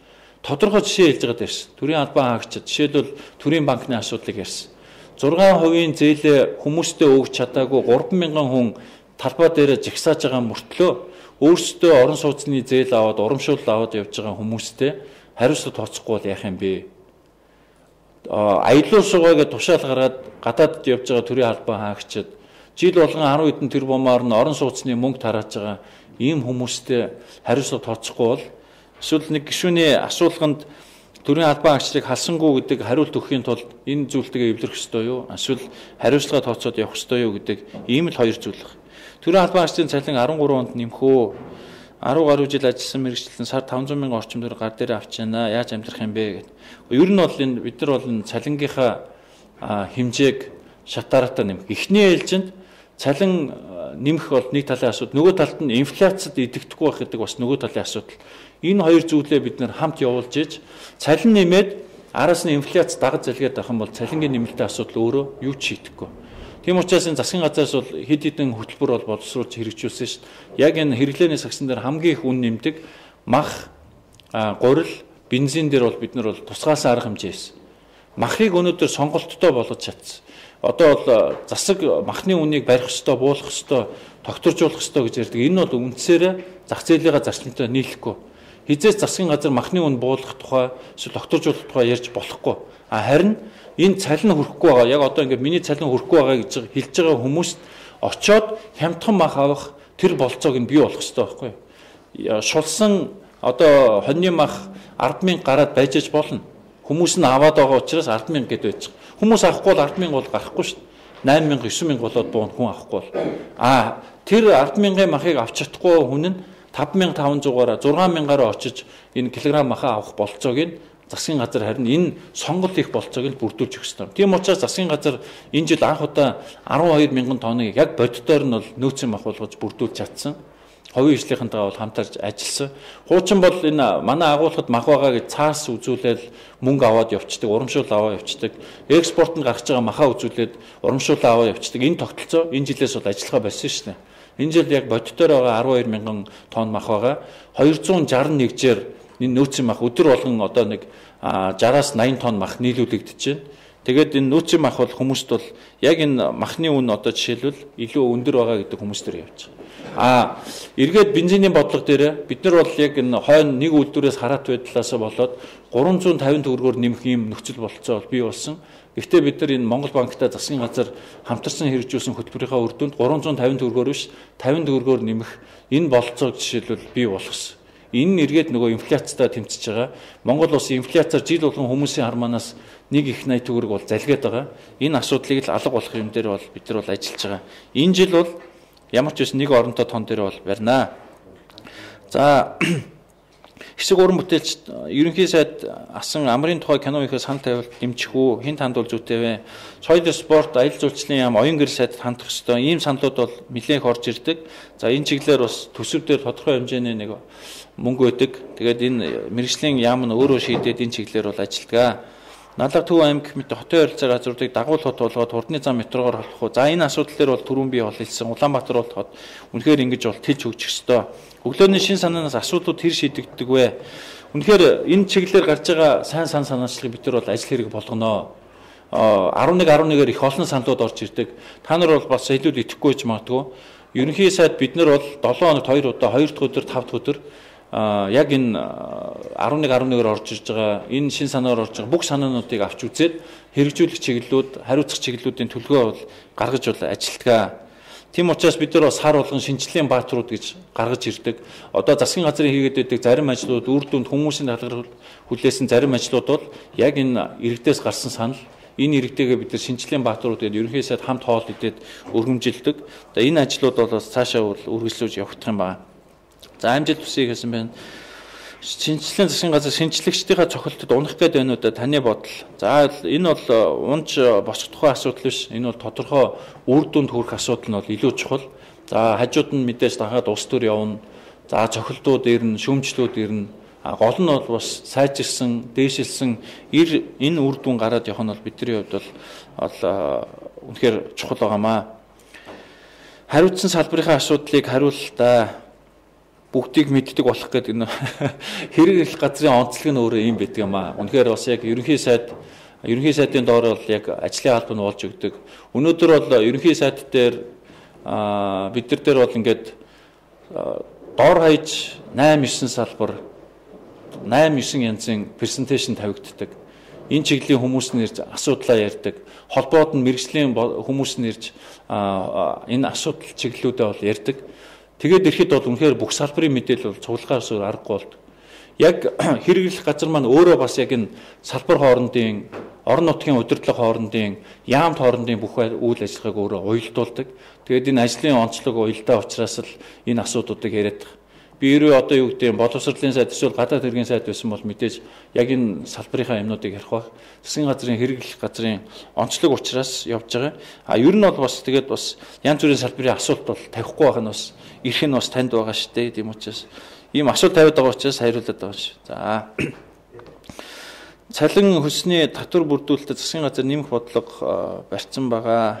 Цалин хөлсөө хязгаар шинжилгээ хийх гэж байна. За энэ асуултанд бол түрүүн хариулсан.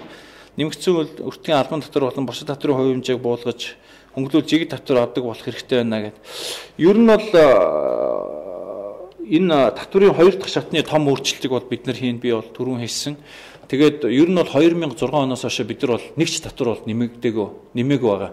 Ер нь бол татвар дандаа буурах энэ тенденц бол явж байгаа. Бид нар бол 4.10-ын тогтолцоо руу шилжиж орсон.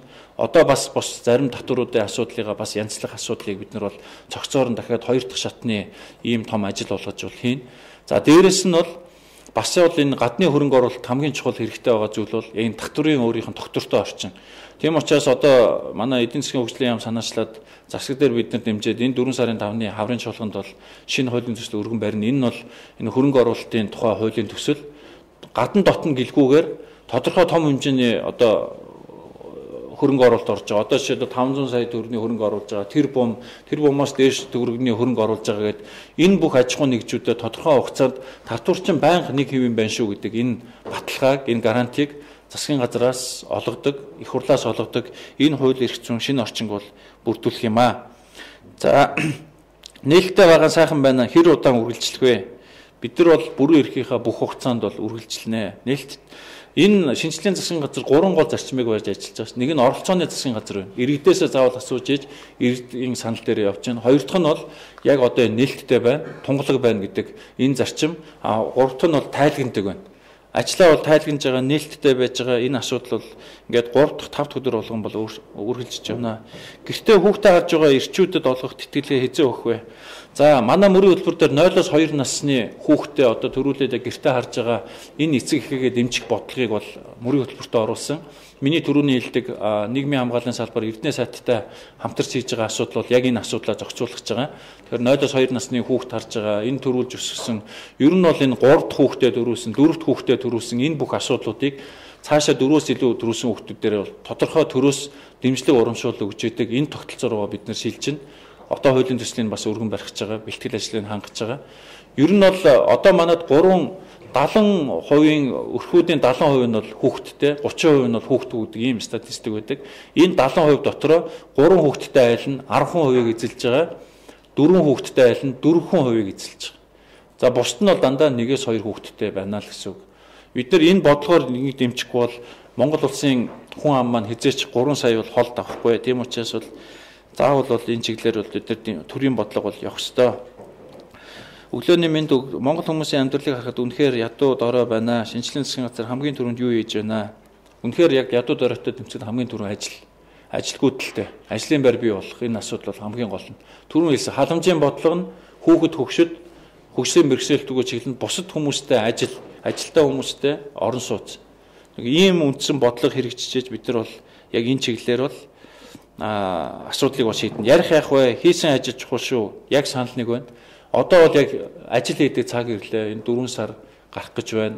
Дулаар чинь газар гислээ. Одоо бол энэ 2013 оныг бид нар бол нэг сүүлийн 22 жил гараагүй ийм нэг бүтээн байгуулалтын жил болохын төлөө бүх бэлтгэлээ бол хангаж байна. Бонд босоог бол энэ бас энэ бэлтгэл бол хангах боломжгүй байсан. Саяны энэ өвлийн саруудад бид нар яриад одоо бол энэ 4 сараас ахуулаад бид нар 260 км урт төмөр зам барих гэж байна. Дээрээс нь 1400 км урт хатуу урчлалттай засмал зам барих чинь нэг жилийнхаа түүхэнд 1400 км зам барьсан түүх байхгүй. Бид нар энэ төлөвөө энэ ондоо багтааж чадвал одоо шинэ рекорд анх удаа бол тогтоод дээрээс нь орон сууцны том барилгажуулах энэ хөтөлбөр явагдана. Гэр хорооллын дахин төлөвлөлтийн асуудал явагдана. Улаанбаатар хотод 33 гудамж одоо яг замын уулзууруудыг бид нар янзлах чинь 2 хурдны зам барих энэ ажлуудыг эхлүүлнэ.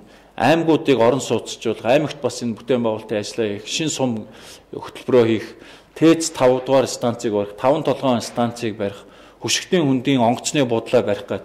Ингээд том бүтээн байгуулалтуудынхаа ажлуудыг хийх юм бол одоо нэг яриад байгаа юм шиг биш. Бас яг хийгээд хурц жотуу хангинаад ирж байгаа үед энэ зунаас, хавраас, намараас бол асуудал бол арай өөр болно. Тийм учраас өөдрөг байх хэрэгтэй, гутран гойж болохгүй. Ажил хийх ёстой. Тэг ийм л зүйлийг ярмаар. Сумын төвүүдийг интернетэд холбож дуусгах энэ жил гээд. За манай энэ мэдээллийн агентлаг, технологийн агентлаг бол энэ чиглэлээр бол үргэлжлүүлээд ажиллана. Энэ жил бол шилэн кабелаар бас 40 сум байна уу? Сумыг бол холбох энэ ажил бол үргэлжлээд бол явагдах юм байнамаа. Засгийн газар сайн ажиллаж байгаа. Харин хувь хүний өмч рүү дэндүү халдж байна. Өрхийн зөрчигөн болж өгвөл битгий хийгээрээ. Санал нэг байгаа. Хувь хүний өмч рүү бол халдахгүй. Түрүүн одоо зайсангийн асуудал гарахад энийг хэлж байгаа. Дээрээс нь газрын асуудал гарахад энийг хэлж байгаа. Дээрээс нь сайтын сэтгэлийн асуудлыг хүртэл зохицуулахад үнэхээр бас яг хувь хүн сайтуудаа хөндлөөд төр өөрийнхөө бүх үүргийг бол мэдээллийн сайтууд хувь хөндлөгөө өглөө.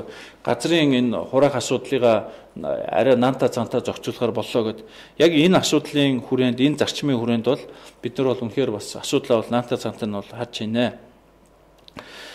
Үүрэг гүйцэтгэгч хууль зөрчөөгүй гэдэл ахын ерөнхий сайдын үндсэн хууль зөрчүүлчихэд санаа зовхгүй байна бол гэж байна. Энэ бол яг вэ манай нөгөө энэ асуудлыг хийсэн хүмүүсээс бол ирж байгаа ус төрөлтөө. Одоо тэгээд уурлаад байлгүй энэ хоёр аймгийнхаа засаг дарга томилох ажлаа хий гэдгийг дахиад 3 дахь удаа хэлж. Мэдээллийн технологийн аюулгүй байдлыг хэрхэн хамгаалж байна вэ? За энэ шинэ хуулийн орчин бий болох ёстой. Энэ хууль бол бас сүүлийн 2-3 жил яригдж байгаа хууль. Тэгээ энэ асуудлаа бол нэгдүгээр эрхцүү орчинг нь бий болгоно. Хоёрдугаарт техник технологийн үндэслэлийг нь бол хангана. Тэгээ тагнуулын ерөнхий газар мэдээллийн технологи энэ холбогдох газрууд бол хамтраад аюулгүй байдлынхаа асуудлыг бол шинэ шатанд гаргах бол яг бидний хийх гэж байгаа одоо гол асуудлуудын нэгэ. Хажууд нь устаа байж өгөөч яам натчлаа гэж авахгүй жоо. За тэгээ 10 минут зарсан. Яам агентлаг хот сумын дарга нар яагаад Facebook, Twitter-т орохгүй байна вэ? Журам гаргаач гин. За бас энэ сонин санал байна. Судалж үзье.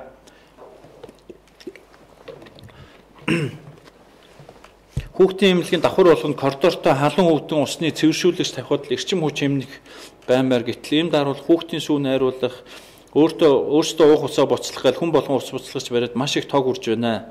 За энэ бас их сонин санал байна. Удуу сайдтай энэ асуудлыг бол хаяглаа.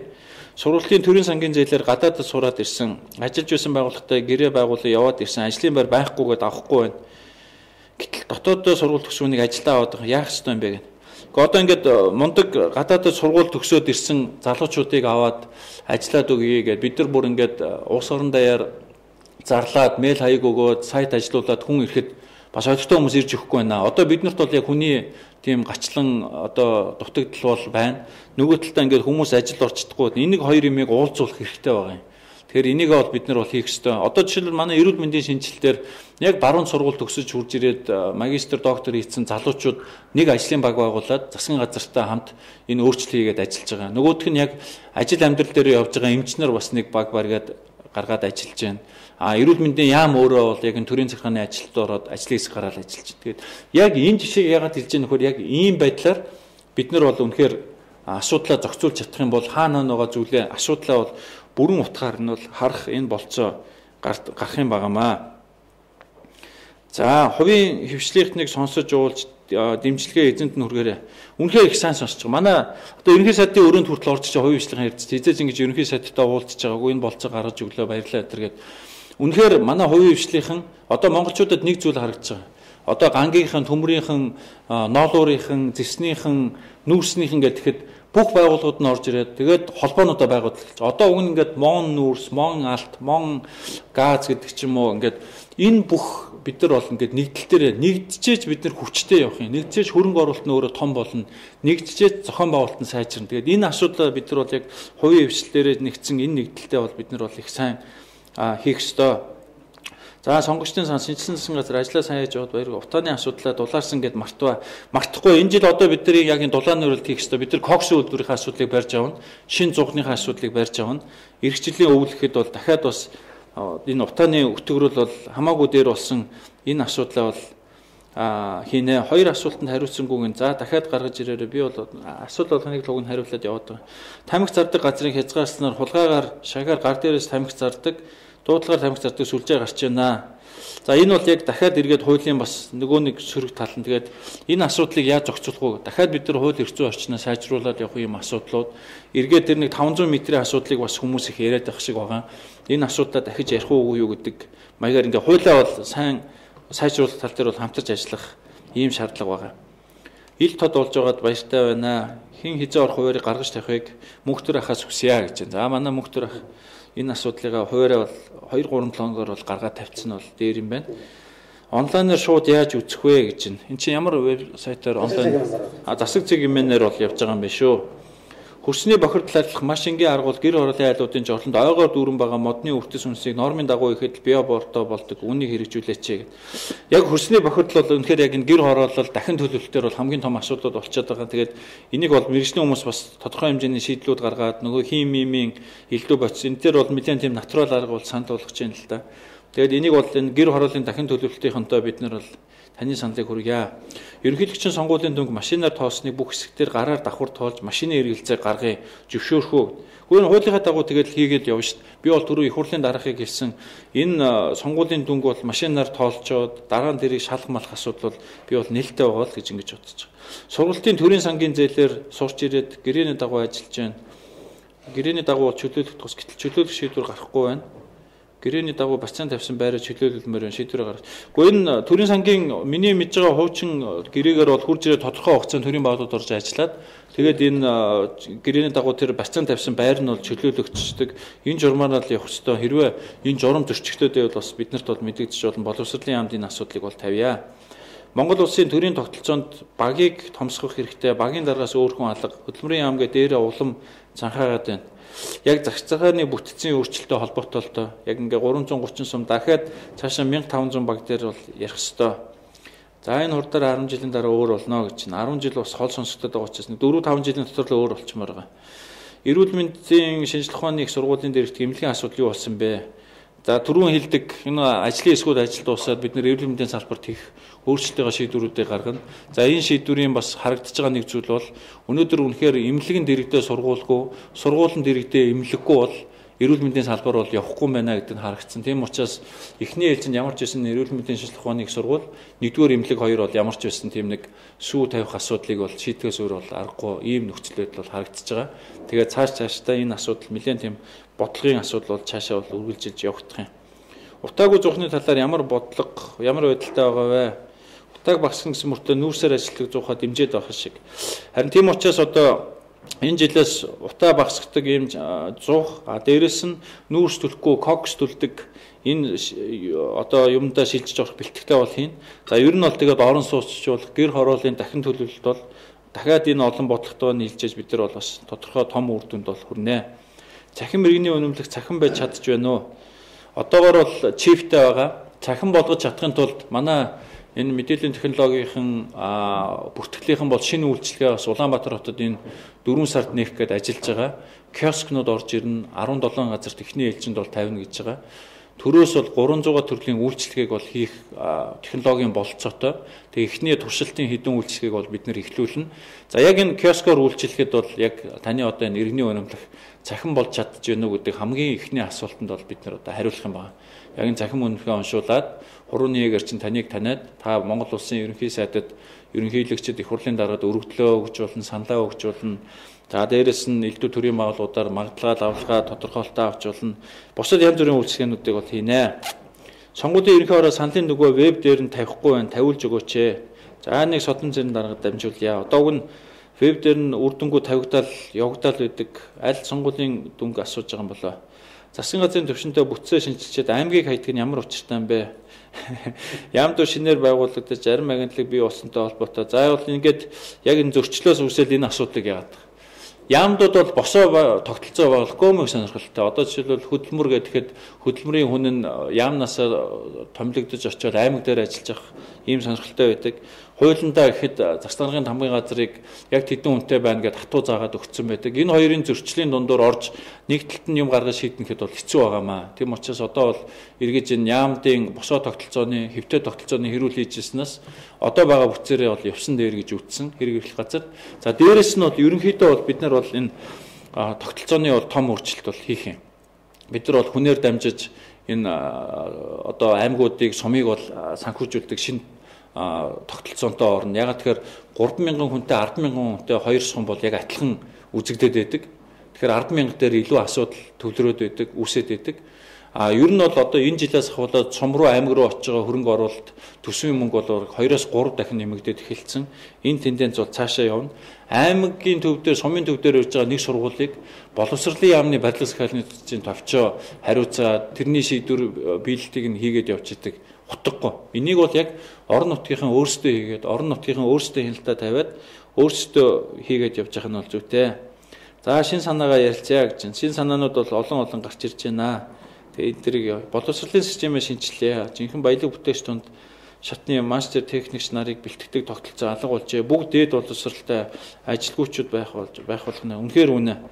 Яагаад тэгэхээр зэрэг 10 жил төгсөгчдийн 98% нь ихтэй сургууль руугаа явах энэ хүсэлтэй ийм бодит байдалтай л өнөөдөр бид нар байна шүү дээ. Мэргэжлийн сургалт үйлдвэрлэлийн төв нь өөрөө нэр хүндгүү болсон. Тэгсэн мөртлөө мэргэжлийн сургалт үйлдвэрлэлийн төв төгсөж байгаа хүн нь ажлын байр болох илүү болцоотой ийм нөхцөл бид нар бол бий болчиход байна.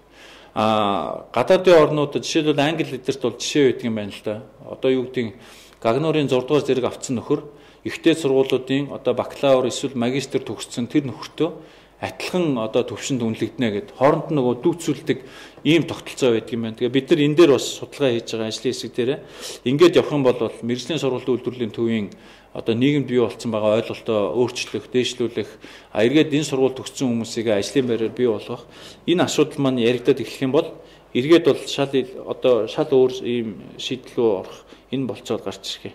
Гандангийн айлуудын газрын чөлөөс ногоон цэцэрлэг болгооч ээ. Бодиттой дөрвтэй юм хийж харагдахгүй байна гэд. Үнэхээр дахин төлөвлөлтөөр бол хэд хэдэн Улаанбаатар хотын газрууд дээр бол ярьж байгаа. Энэ Динжиминх дээр байгаа, Гандан дээр ч телевизийн хавьдж байгаа, Баянзүрх дүүргийн 7-14 дугаар хорон дээр ч бас яригдж байгаа. Ингээд энэ асуултуудад бол энэ газар чөлөөлөх асуудлууд, дахин төлөвлөлтийн асуудлууд дээр бол манай хотын удирдлага нэлээд оройлоод энэ хавар зам бол нэлээд том асуудлуудыг бол шийднэ. За мэдээж тэгээд дахин төлөвлөлтөн дээр ногоон барилга байгууламж бол байнга явж байгаа.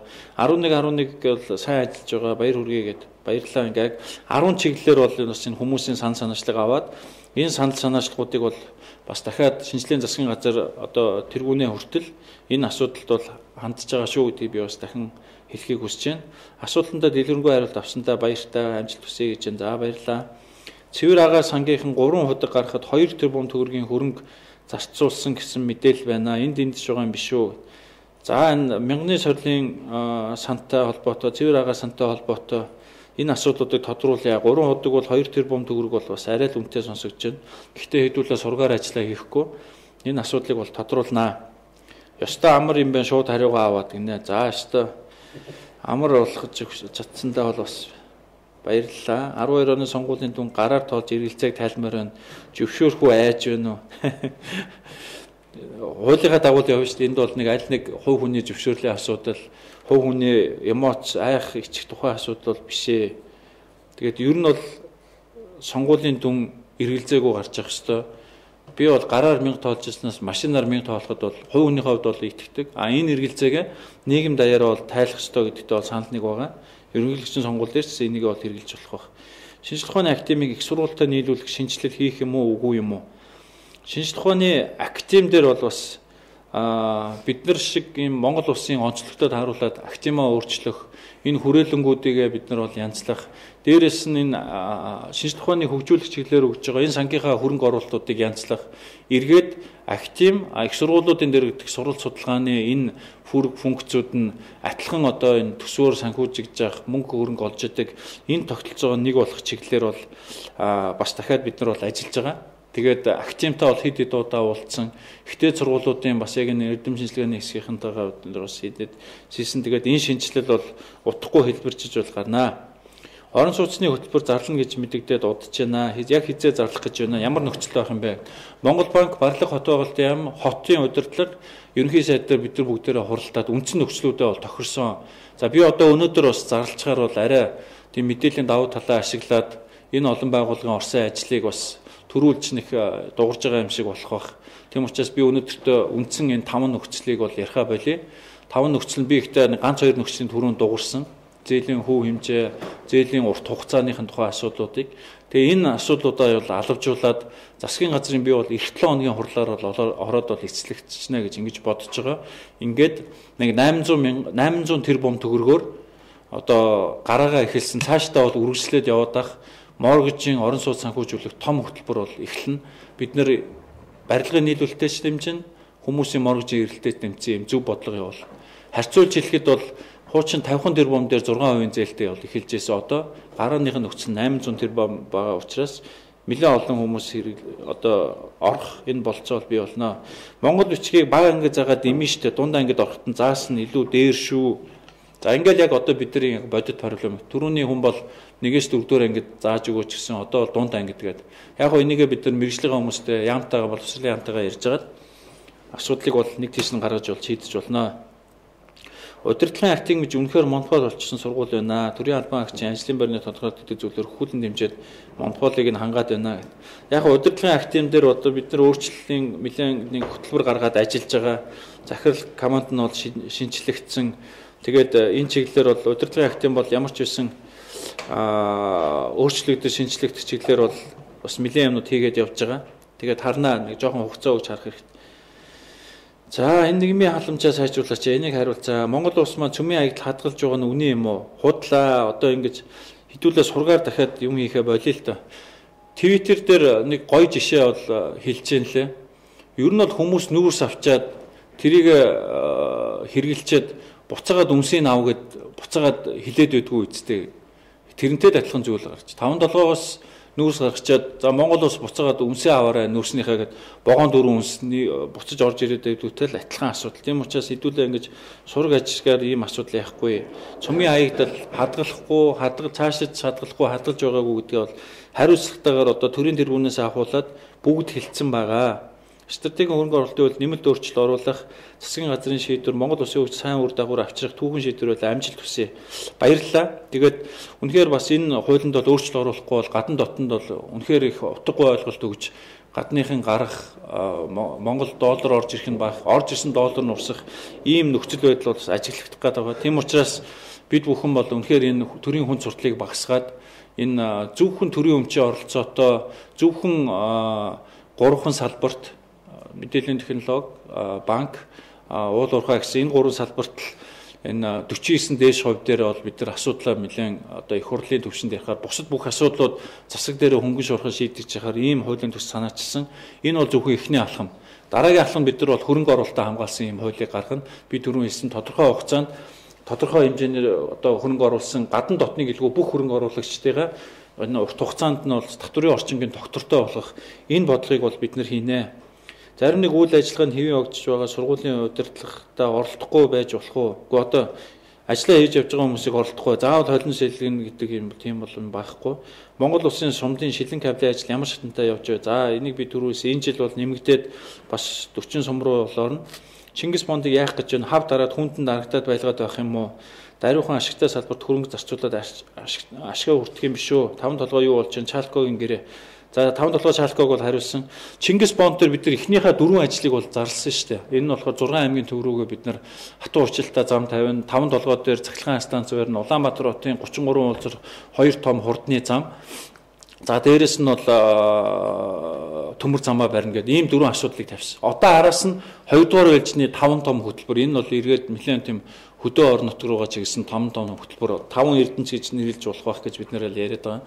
Нэгдүгээрт ноосоо дэмжин, хоёрдугаарт ноолуураа дэмжин, гуравдугаарт бол сүүгээ дэмжин, за дөрөвдүгээрт бол өвлийн хүлэмж барих юм том асуудал байгаа.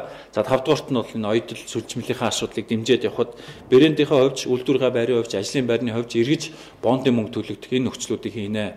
Энэ шийдвэр маргааш хагас өдөр засгийн газрын хуралдаанаар 2 дахь ээлжийн 5 асуудал нь шийдэгдэхийн эхнийхээ 4 том хөрөнгө оруулалтын асуудлыг Улсын их хурлд бол одоо Улсын их хурлын дарга танилцуулахаар өргөн барих бүх бэлтгэлүүдийг бол хангачлаа. Тэр биш 5 сая 150 сая төгрөг ТV-с тендергүй шилжүүлсэн гэж дат амдэр сонин бичжээ. Хууль зөрчил сайдаа очиж тавтрын мөнгийг буцааж авч өгөөч. За энийг бол тодруулах хэрэгтэй. Санал өвлийн улиралд зайсан толгой дээрээс харахад Улаанбаатарын утаа унаар дунд засгийн газрын ордон огт харагдахгүй байх юм аа. За утааны асуудыг бол түрүү хэлсэн. Энэ зуны улирал бид нар утаагаа бол 4 сараас мартдаг. Энэ засгийн газар магтахгүй. Энэ зуны улиралд хэлсэн кокшин үйлдвэрийн асуудлаа бид нар барьж авч шийднэ. За дээрэс нь бол шин зуухныхаа асуудлыг бол эцэлж шийднэ. Төрийн удирд гадна шалтнууд ажлын байрны тодорхойлолтыг нэг загвараар ижил шаардлагатаар хийж болтгүй юм уу? Хүндээ тохируулж хийж байна. За энэ бол шүүмжлэл байна. Энийг бол төрийн албаны зөвлөл манай газар бол анхааралтай авъя. Монгол улсын сумдын шилэн кабель за тавруу хариулсан. Замын хөдөлгөөний дүрмийг иргэн харах, том оврын тээврийн эслийн жолооч тээврийн эсэл тавих шаардлага чангаруулмаар байна. Санал нэг байна. Энэ бол манай нөгөө 45 реформ дотор хийгдэх нэг ажил нь байгаа юм. Эндээ бол бид нар бол утгагүй орно. Бүх төрлийн эмнэлгүүдэд давхар бүртэн халуун утга усыг цэвэршүүлж тавих. За энэ түрүүний тавьсан санал байна. Энийг бол хүлээж авсан удуу сайтад бол шийдвэрлэж энэ асуудлыг судал шийдвэрлэе гэдэг юм чиглэлгүй. Бензин, дизель ус, газаа өөрсдөө үйлдвэрлэх боломж байна. Төслөө танилцуулмаар байна гэдэг. Үнэхээр энэ чиглэлээр бид нар хэд хэдэн чиглэлээр ажиллаж байгаа. Нэгдүгürt нь Монгол улсыг дайруулсан газын хоолой байгуулах асуудлыг бас хоёр хүрштэйгээр ярих шаардлага бол байна. Дээрээс нь одоо бол манад олборлж байгаа түүхийн эдээ боловсруулах үйлдвэр бол барих ёстой. Импортоор зарим хэсгийг нь оруулж ирэх. Энэ үйлдвэрийг бол дарханд барих асуудлыг судлах ажлын хэсэг гаргаад засаг дээр бол ажиллаж байгаа. За урдаас орж ирж байгаа энэ импортыгоо бид нар бол нэмээд нийт ер нь хангалтынхаа нэг 50% нь хүрэх зорилттой. Замын үүд дээр бас нэмэлт хөрөнгө оруулалт хийгээд явж байгаа. Тэгэхээр бол хойд хөршийн ганцхан үйлдвэрээс хамаардаг энэ асуудал бол 50% болгож бол багасна. За явандаа бол бид нар бол өөрсдийнхөө бензин, дизель төлсөн ийдэг энэ нефт улс болох үйлдвэрээ. За дээрэс нь бол Монгол улс хамгийн баян юм бол энэ чулуун хөрөн нүрсээр бол баян. Энэ нүрсээгээ бол хийжүүлээд хийгээсээ бензин одоо шингэн түвш гаргадаг. Энэ төслөө бол хувийн хвшлийнхнаар дамжуулж хийгдээд ингээд нэг 4-5 чиглэлээр ажиллахад бид нар бол энэ стратегийн одоо мундаг бараа түүхий инфляцийн гол өсгөгч бензин, дизелээ бол барьж авах болцоо гарнаа. Хүний тоноос хасчаад байгаа гэр оронгүй хог дээр гарсан ядуу хүмүүстэй жоохон анхаарал хандуулаач. Адилхан Монгол иргэд шүү. За яг энэ чиглэлээр би түрүү хэлсэн нийгмийн халамжийн шинэ бодлого бол гарч ирнэ. Төрийн албан залуу боловсон хүчин авахар яагаад болтгүй юм бэ? Одоо ингээд залуу боловсон хүчин аваад одоо бол их гомдол гараад байна ш. 40 гарсан хүмүүс бол ажилд олдохгүй байна. Нас явцсан гэд авахгүй байна гэд. Одоо болохоор залуу хүнийг авахгүй гэд. Тэгээ энэ хоёр дунд л мэдээж юмнууд явагдана л та. Багтаа 3 жил ажилласан байх ёстой гэх юм гээд. Мэдээж хүмүүс цол дагаж бэр гэдэгтэй адилхан бүгдээр ярьдагтай адилхан яг ажил дээр очиж иж залуус маань өөрсдөө туршлагач чинь. Тийм учраас бол энэ залуучуудыг бол олноор энэ албанд авах энэ асуудлуудыг бол зохицуулах ёстой. Хотын автобусны буудал янзлж болохгүй арай муухай харагдаж байна шүү гэд. За Азийн хөгжлийн банктай хотын удирдлага энэ чиглэлээр бас тодорхой төсөл хэрэгжүүлэе гэдэг ингээд хөөцөлтөөр бэлтгэл ажлыг нь хангаад явж байгаа. 100 мянган айлын орон сууцны зээлийг яах вэ? Гашаа байшингаа зарж урьдчилгаа өгсөн хүмүүс яах вэ гэд. За ямар ч үсэн эхний энэ 30000 хүний асуудлыг бид нэр түрүүн хэлдэг том одоо орон сууцны хөтөлбөртөө оруулаад шийдээд явна. Цаашдаа бол энэ моргижийнхаа зээлд илүү олон хүн хамруулах энэ 100 мянган айлын орон сууцны хөтөлбөр дотроо бол ороод явах энэ асуудлыг бол хангаад явах юм аа. Гарцаар гарч чадахгүй 70 мянгаар угжуулсан дүнгээ зоосоор шийдүүлсэн оюутнууд Монголын ирээдүйн боловсон хүчин байж чадахгүй. За оюутнуудыгаа шөмжилж байгаа юм байна. Гарцаар гарч чадахгүй 70 мянган цалин авч ийн гэдэг чинь түрүү хэлсэн дээд боловсрол мэргэжлийн сургууль үйлдвэрлэлийн төвд хийх энэ шинжилэл маань эргээд оюутнууд дээр оюутны хотхон байгуулах асуудал дээр ихтэй сургуулиудын одоо цахим сургууль болох асуудал дээр шинэ менежментэн дээр бол энэ асуудлуудад бол анхаарлаа хандуулж ажилласан тохиолдолд бас нэг оюутны энэ хандлага бол арай өөр болох болов гэж ингэж бодож байна. Манайхан монд төсөл хэрэгжүүлнэ гэж байгаа. Энэ засгийн газар миний хаснаар эхлээд мөнгөө босгоод дараа нь төслөө боловсруулж байгаа юм шиг харагдаад байх юм аа. Тэ зүгөө хийсэн үү эсвэл мөнгө угаах чинь үү гэдэг. Гэхдээ одоо ингээд хавар ер нь бол энэ том мөнгө бол өнөөдөр нь орж ирээд маргааш нь бол ажил хийдэг ийм жишээ бол хаач байхгүй. Яг том мөнгө учраас заавал хоорондоо бол хугацаатай байдаг. Нэг хоёрт болохоор зэрэг бид нар бол одоо энэ 3 сарын 31-нд мөнгө орж ирнэ гэж яриад бэлтгэдэг хангасан бол бидэд хувийн хвшлийнхэн ч итгэхгүй, хувь хүмүүс ч итгэхгүй. Энэ итгэл байхгүй дээр бид нар яаж энэ төслүүдэд босох вэ? Яаж хамтран ажиллах вэ? Үнэхээр Чингис Бонд боссон учраас хувийн хвшлийнхны нүдэн сэргэж юм хийх болцоо гарах юм байна. Би түрүүс бүр холбоогоор компаниараа нийлж орж ирээд ийм үйлдвэр барь, ийм төсөл хэрэгжүүлэе гэдэг бид нар тал бүрээс нь ярьсан. Мөнгө байгаа учраас ингэж ярьж болж байна. Мөнгө байгаа учраас ийм ихтгэл үнэмшилтэй ажиллаж болж байна. Тийм учраас энэ одоо бондны хувьд бол байрын солигчлоо эхэлж мөнгөө босгох нь буруу гэдэг зүйлийг бол би бол санал нийлэхгүй байна. Хоёрдугаарт бол хүний дарамтнаас чөлөөлөх энэ ажлаа бид нар хийсэн. Санхүүгийн их олон механизмууд байдаг, арга хэрэгслүүд байдаг. Монгол банк, эдийн засгийн хөгжлийн яам, сангийн яам гурав хамтраад бид нар бол энэ бондын хүүгийн мөнгөний менежментийг бол хийж байгаа. Засаг дээр бол ямар ч ачаал ирэхгүй. Тэгээ одоо энэ 4 сараас ингээд төсөл хөтөлбөрүүд хэрэгжээд эхлэхэд энэ асуудал бол дахиад өөрөө бол цаг хугацааны хувьд утгаа алднаа. Монгол улсын сумдын шилэн кабель за түрүү хариулсан хэсэг бүлэг нөхдүүд замын хөдөлгөөний дүрмд төрчөөд авах юм аа. Бусдын дүрмээ баримтлаад охироод байдаг. За одоо ингээд уулзур болгоно камержуулна. Татврын одоо торгуулийн шин систем бий болно. Замын цагдаагаа бэлэн мөнгөтэй харьцдаггүй болгоно. цахим дахиад энэ шийдлийг бол хэрэглэн. Замын цагдаатайгаа бид нар суужгаад энэ шийдлээ олсон. За хөрөнгө мөнгөний асуудал нэг эхний ялж нэг 2 тэрбум төгрөг байхад бол энэ асуудлаа шийднэ гэж байгаа. Нөгөө ерөнхий сайдын муу нэртэй луу данстай 50 тэрбум төгрөгнөөс энэ асуудлаа гаргаа шийдэе гэж тохирцсон байгаа. Тэгээд энэ чиглэлээр бол ажлууд явагдаад одоо зам дээр замын цагдаа бэлэн мөнгөөр торгож зогсож идэг. Энэ ажлаасаа бүрэн чөлөөлөгдөнө. Жолооны картыг уншуулна. Нөхөр жолооч тодорхой хугацаанд очиж дөрөв зөрчинд торгуулаа, банкнд тушааж идэг. Ийм тогтолцоороо бол шилжиж орохоор болсон. Шинжлэлийн засгийн газар амжилттай рефреш хийнэ үү гэж байна. Мэргэжлийн хяналтын газрын бүтцийн асуудал хязээ шийдэгдэх вэ? Одоо энэ хаврын чуулган дээр бид нар түрүүн хэлсэн хяналтын шинэ том ерөнхий хуулиа өргөн бариад дагалдаж гарах 107 хуулийн нэмэлт өөрчлөлтөө өргөн бариад тэгээд энэ бүтцийн асуудал, энэ шинэ мэргэжлийн хяналтын байгууллага ажиллах асуудал шийдэгдэнэ. Нийслэлээр 100 мод хотыг зарламаар юм аа. Дэд бүтцэн боломжийн хотын ачааллыг багасгахад их хөв нэмэртэй. Шинэ онгоцны буудлын зардал гарахгүй гэдэг. Гэхдээ одоо 100 мод хотоо нийслэлээ зарлахаас өмнө нийслэлээр харин тэлж очиод 100 мод хоттойгоо холбочмоор байгаа. Тэгвэл бас игээд энэ асуудал бол нэлээд гайгүй шийдэгдэх болов гэж ингэж бодож байна. Төрийн албанд анх орж шалгалтын шалгуур тухайн байгууллагад орчихсон хүнтэй тааруулсан тодорхой байдгаа. За энэ шудраг биш байна гэж хэлж байна. За энэ санал шүмжлэгийг бол авч ажиллах ёстой. Буруу гэрээ байгуулсан дарга нартай хариуцлага тооцмоор байна. Зүгээр туршил хийж байгаа юм шиг гэрээ байгуулчаад дараа нь дандаа асуудал үүсч сайжруулах юм ярьдгаа болмоор юм. Ямар ч тооцоогүй гэрээ байгуулад байгаа юм шиг харагдаад байгаа юм байна. За яг хариуцлагын тогтолцоо дахиад ярьж байна. Би түрүүн бас тодорхой байгууллага тодорхой жишээн дээр хариуцлагын асуудал бол хүндсэн. Иргэдийнхээ эрүүл амьдралын хэв маягийг төрөөс дэмждэг бодлого байна уу? Зохистой хоол, идэвхтэй хөдөлгөөн гэл.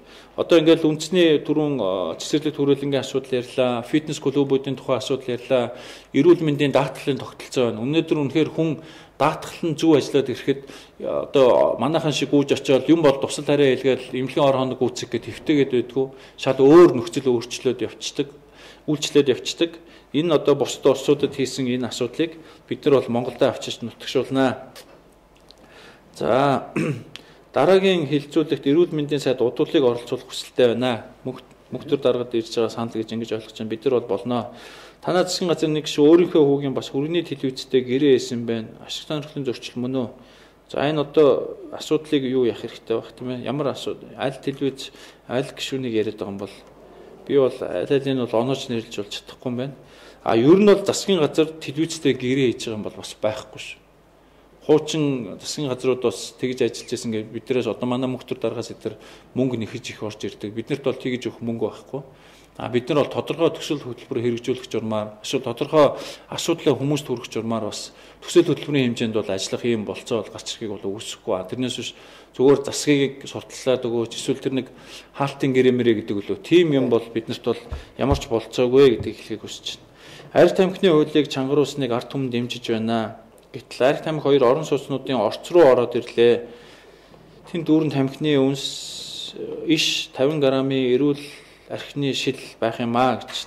Тэм учраас хууль гэдэг. За одоо ингээл бид нар хууль мэдээж эхэлж гардаг. Эргээд хууль зөрчдөг ийм үйлдэлүүд мэдээж гарна. Нэг герман хүн хэлжсэн жишээг бид нар инээлтэд ярьдаг. Танаа монголчууд, манай германууд хууль ихтэй энийгээ яаж ягстал нь биелүүлэх үү гэж тал бүрээс нь бодож хуулиа хийдэг. Танаа монголчууд болохоор яаж зөрчих үү гэж бодож хуулиа хийх юм аа гэд. Энэ хэдийгээр зүгээр ингээд инээдэм найдам ч гэсэн бас яг юм бидний нэг юм зарчмыг бол бас тодорхойлчих гээд байх шиг байна. Одоо тамхины хууль гарлаа. Хүмүүс зөрчөөд эхэллээ. Тэгмүүд энэ зөрчлийг алга болгоход ямар шинэ нэмэлт өөрчлөлт хийх үү? Эсвэл юунаас бол зөрчөөд байна. Тэгээ хуулийн дээр ямар бас өөрчлөлт хийх үү гэдэг бол дахиад бид нар ярьж байгаа хийх ёстой. Дарханд нефтийн үйлдвэр байгуулна гэж байгаа нь зөв чиглэл буруу юм биш шүү гэдэг. Яг олон удаа судалсан юм зүйлүүд байдаг. Нефтийг эргээд хоолоогоор зөөх тухай асуудал байдаг. Төмөр замаа даах ёстой гэдэг асуудал байдаг. Түүхий иддэг орхон байх ёстой гэдэг. Энэ чиглэлүүдээр ярьж байгаа дархан ер нь хамгийн боломжийн газар юм болоо усных нь асуудал, газрынх нь асуудал гэсэн тэр гэдэг ийм чиглэлээр бол ажлын хэсэг ажиллаж дүнгээ бол гаргасан. Тэгээд энэ чиглэлээр бол эргээд ажлын хэсэг судалж байгаа учраас эцэлэгдэж энэ асуудал бол шийдэгдэнэ. Ард түмний мөнгийг хэмнэг эдсэн ган төмөр сайд шинэ тэрэг авчаа гинөө. За ган төмөр сайд ямар машин унжааг мэдэхгүй учраас энэ саналыг нь бол хийлээ. Мах экспортод гарахаа болооч хүмүүс нь уургийн болоод хичээлийн дутагдaltaй байхад махаа шилж гаргачаад баахан нэмэлт хичээл оруулж ирээд эмчнэр нь үзлэхээр эмийн жаргал хүүхдүүд шахаж байна. Мах экспортод бол гарах асуудал үндсэндээ баг зогссон гэхэд бол ойрхон ягаад тэгэхээр зэрэг дотоодын зах зээлээр байгаа мөнгө үнэ экспорт руу гаргаж байгаа үнээсээ өндөр байгаа учраас энэ өөрөө зах зээл нь бол зохицуулаад явж байгаа. Тийм учраас мэдээж дотоод зах зээлээсээ илүү үнэтэй аятайхан нөхцөлд бол экспортын асуудал бол байж болох баг. Гэхдээ дахиад бидний нөгөө ариутгахлын асуудал, ариун цэврийн одоо яг энэ махын стандартын асуудал яригддаг учраас энэ асуудлууд бол тэр чиглэлээр бол зохицуулагдаад явах хаа. Малчлаас малын хөлийн татвар авъя гэж. Тэгэхгүй бол малаа зарахгүй байх шүү дээ гэд. Яг хөө ийм зүйл бас яригддаг л да. Үнэхээр бас хүмүүсийн сонирхол төрөхгүй байна. Татваргүй учраас хитрхийх олон мал өөр дөрөө байлгаад байна гэд. Одоо бид нар бас нөгөө талаар бодлогоо дэмжиж байгаа. Төрөүний арь ширний бодлого, ноос ноолуурын бодлого, шүүний бодлого, махны бодлого маань эргээд бас энэ чиглэлийн харилцаануудыг зөв зохистой зөвлөнд ороо зохицуулж болцоотой гарах байхаа.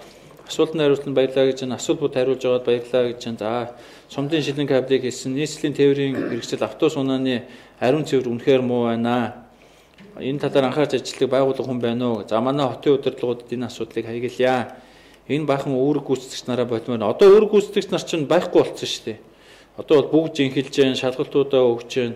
Энэ асуудал бол цаг хугацааны хувьд бол 2 сарын өмнө бол бас асуудал байсан. Одоо бол харцангуй бол гайгүй боллоо. Өглөөний мэнд агаарын бохирдлын эсрэг 15 оноос хойш ажлаа танилцуулах гэсэн юм аа. Одоо энэ танилцуулах гэж байгаа энэ бүх асуудлууд бол ойлгомжтой. Бид нар бол бүх асуудлуудыг авч бүр ерөнхий сайд дээр хүртэл танилцдаг. Би өөрөө танилцж байгаа. Энэ мегмар даргаараа ороод дамжаад ороод ирэхэд бол болно. Агаарын бохирдлын үндэсний хорооны. За, засгийн газрын ажиллаж байгаа зарчим таалагдж байна гэж байна. 100 мянган айлын төслийг үргэлжлүүлэх талаар шийдвэр хийцээ хэрэгжүүлж эхлэх вэ. За, би түрүү хэлсэн орон сууцны моргчтой холбогдоод энэ асуудал билээ. Дуусах уу? Оо, чи айгүй урдан дууссан юм шүү дээ. За, бизнесийн орчинд өрсөлдөөнийг хэрхэн дэмжих вэ? Салбар монополчд бий болоод явагдаад байгаа шиг гээд бид нар бол өрсөлдөөнийхөө хуулийг гаргацсан. Одоо энэ хуулийн хэрэгжилт дээр л нэлээд тулж явхад бол гарах. Энэ асуудал бол тодорхой хэмжээнд шийдэгдэнэ. Монгол улс хөгжлийн бодлоготой уртан хугацаанд усын хэмжээнд ямар бодлого барьж ажиллах гэж байгаа нь тодорхойгүй байна. Сая би хэлсэн бүх сумдаар явж бид нэр 4 жилээр бол төлөвлөгөөгөө гаргаж байгаа, хөрөнгө оруулалтаа тогтсож байгаа гэдэг. За, энэ хариуцлагын асуудал хүндсэн байна. Цалин хангалттай байвал эхнэр хүүхдээ гаргаад Монгол улсын өмсөдөл байна шүү дээ. Тэгэлгүй яг харин тийм учраас эхнэр хүүхдээ гаргахын тулд цалин хангалттай болохын тулд шинжилгээ засгийн газар шалтгааллах бүх зүйлээ хийнэ. Баруун 3 аймгийн цамтын үйлдвэр аль аймагт нь баригдахаар болсон бэ? Ховд аймагт баригдана. Засаг дэмжин. За, Баян улгийн маань бас өөрсдийнхөө хүчээр барья гэж байгаа. Өөрсдөө бариад босгочих юм бол энийг бол эсэргүүцээд авах юм байхгүй. Тогтоох шийдвэрүүд нь бол гарсан. Оросоос тамхины хуулиад байгаа юм чинь их хурлын гишүүд хуваарай бизнес хийхгүй гэсэн залтыг нь хуулбал яасан юм бэ? Одоо сайн хуулиуд, сайн саналуудыг бол хуулахад болохгүй юм байхгүй.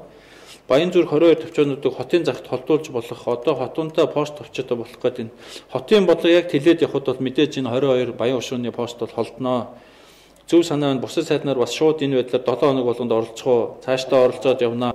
3 дахь өдөр хэвлэл мэдээлэлд гарсан ерөнхий сайдын дараах анхных нь одоо ингээд бид нар ээлжлээл янз бүрээр одоо салбар явна. Янз бүрээр явахаар олон салбарын олон мэдээлэл гарах. Би ч өнөөдөр бас олон салбарын мэдээлэл одоо өгөх гэж хичээлээ. Зам барь шинэ рекорд тогтоох яах вэ? Чанар дээр анхаармаар байна. Тоогооч хөөцөлдөн, чанараач хөөцөлдөнөө. Одоо нэрээ 20 жил бид нар мянганы зам инээ тэрэ гэж ярьлаа ш. Тэгсэн мөртлөө хідэн зам холбогдсон байна. Талдаач хүрээг байгаа ш. Энэ жил 6 зам. Иргэжил 3 аймгийн зам. Дараагийн 15 онд үлдсэн 3 аймгаа холбоод энэ 2015 он гэхэд улс дотроо нэг хатуу урчлалтай замаар аймгийн төвүүд рүү ордог болъё л доо. Тийм учраас бол үнэхээр бид нар бол энэ асуудлаа рекордын төлөө, чанарын төлөө хамт явахаас өөр арга байхгүй. За, шүүний салбарыг яаж дэмжих гэж байна? Том бондынхаа мөнгөөрч дэмжин, хувийн үйлдвэрүүдээс дэмжин бүр их сонирхолтой төслөөрч явж байгаа. Яг шүүний чиглэлийн импортын үнэ хүртэл орж ирж фермерийн аж ахуй хөгжүүлэх юмыг нь барьж авч явнаа. Өргөн хэрэглээний бараа бүтээгдэхүүн хязгаарлан бариад солонгийн доод хэмжээ нэмэх боломж байдгүй юм багтаа. Бараа бүтээгдэхүүн үнийг хязгаарлалчаад инфляцаа нэг түвшинд оруулж байгаа. Тэгээд цалин нэмэх юм бол хамаагүй илүү цалингийн нэмэгдэл хүмүүст бол уг нь бол яг амтагдах юм байгаа юм да. Хамгийн сүүлд хийсэн хамгийн том ажил юу вэ нэ? Одоо би бол зэрэг 14 ажлын хэсэг ахлаад явж байгаа.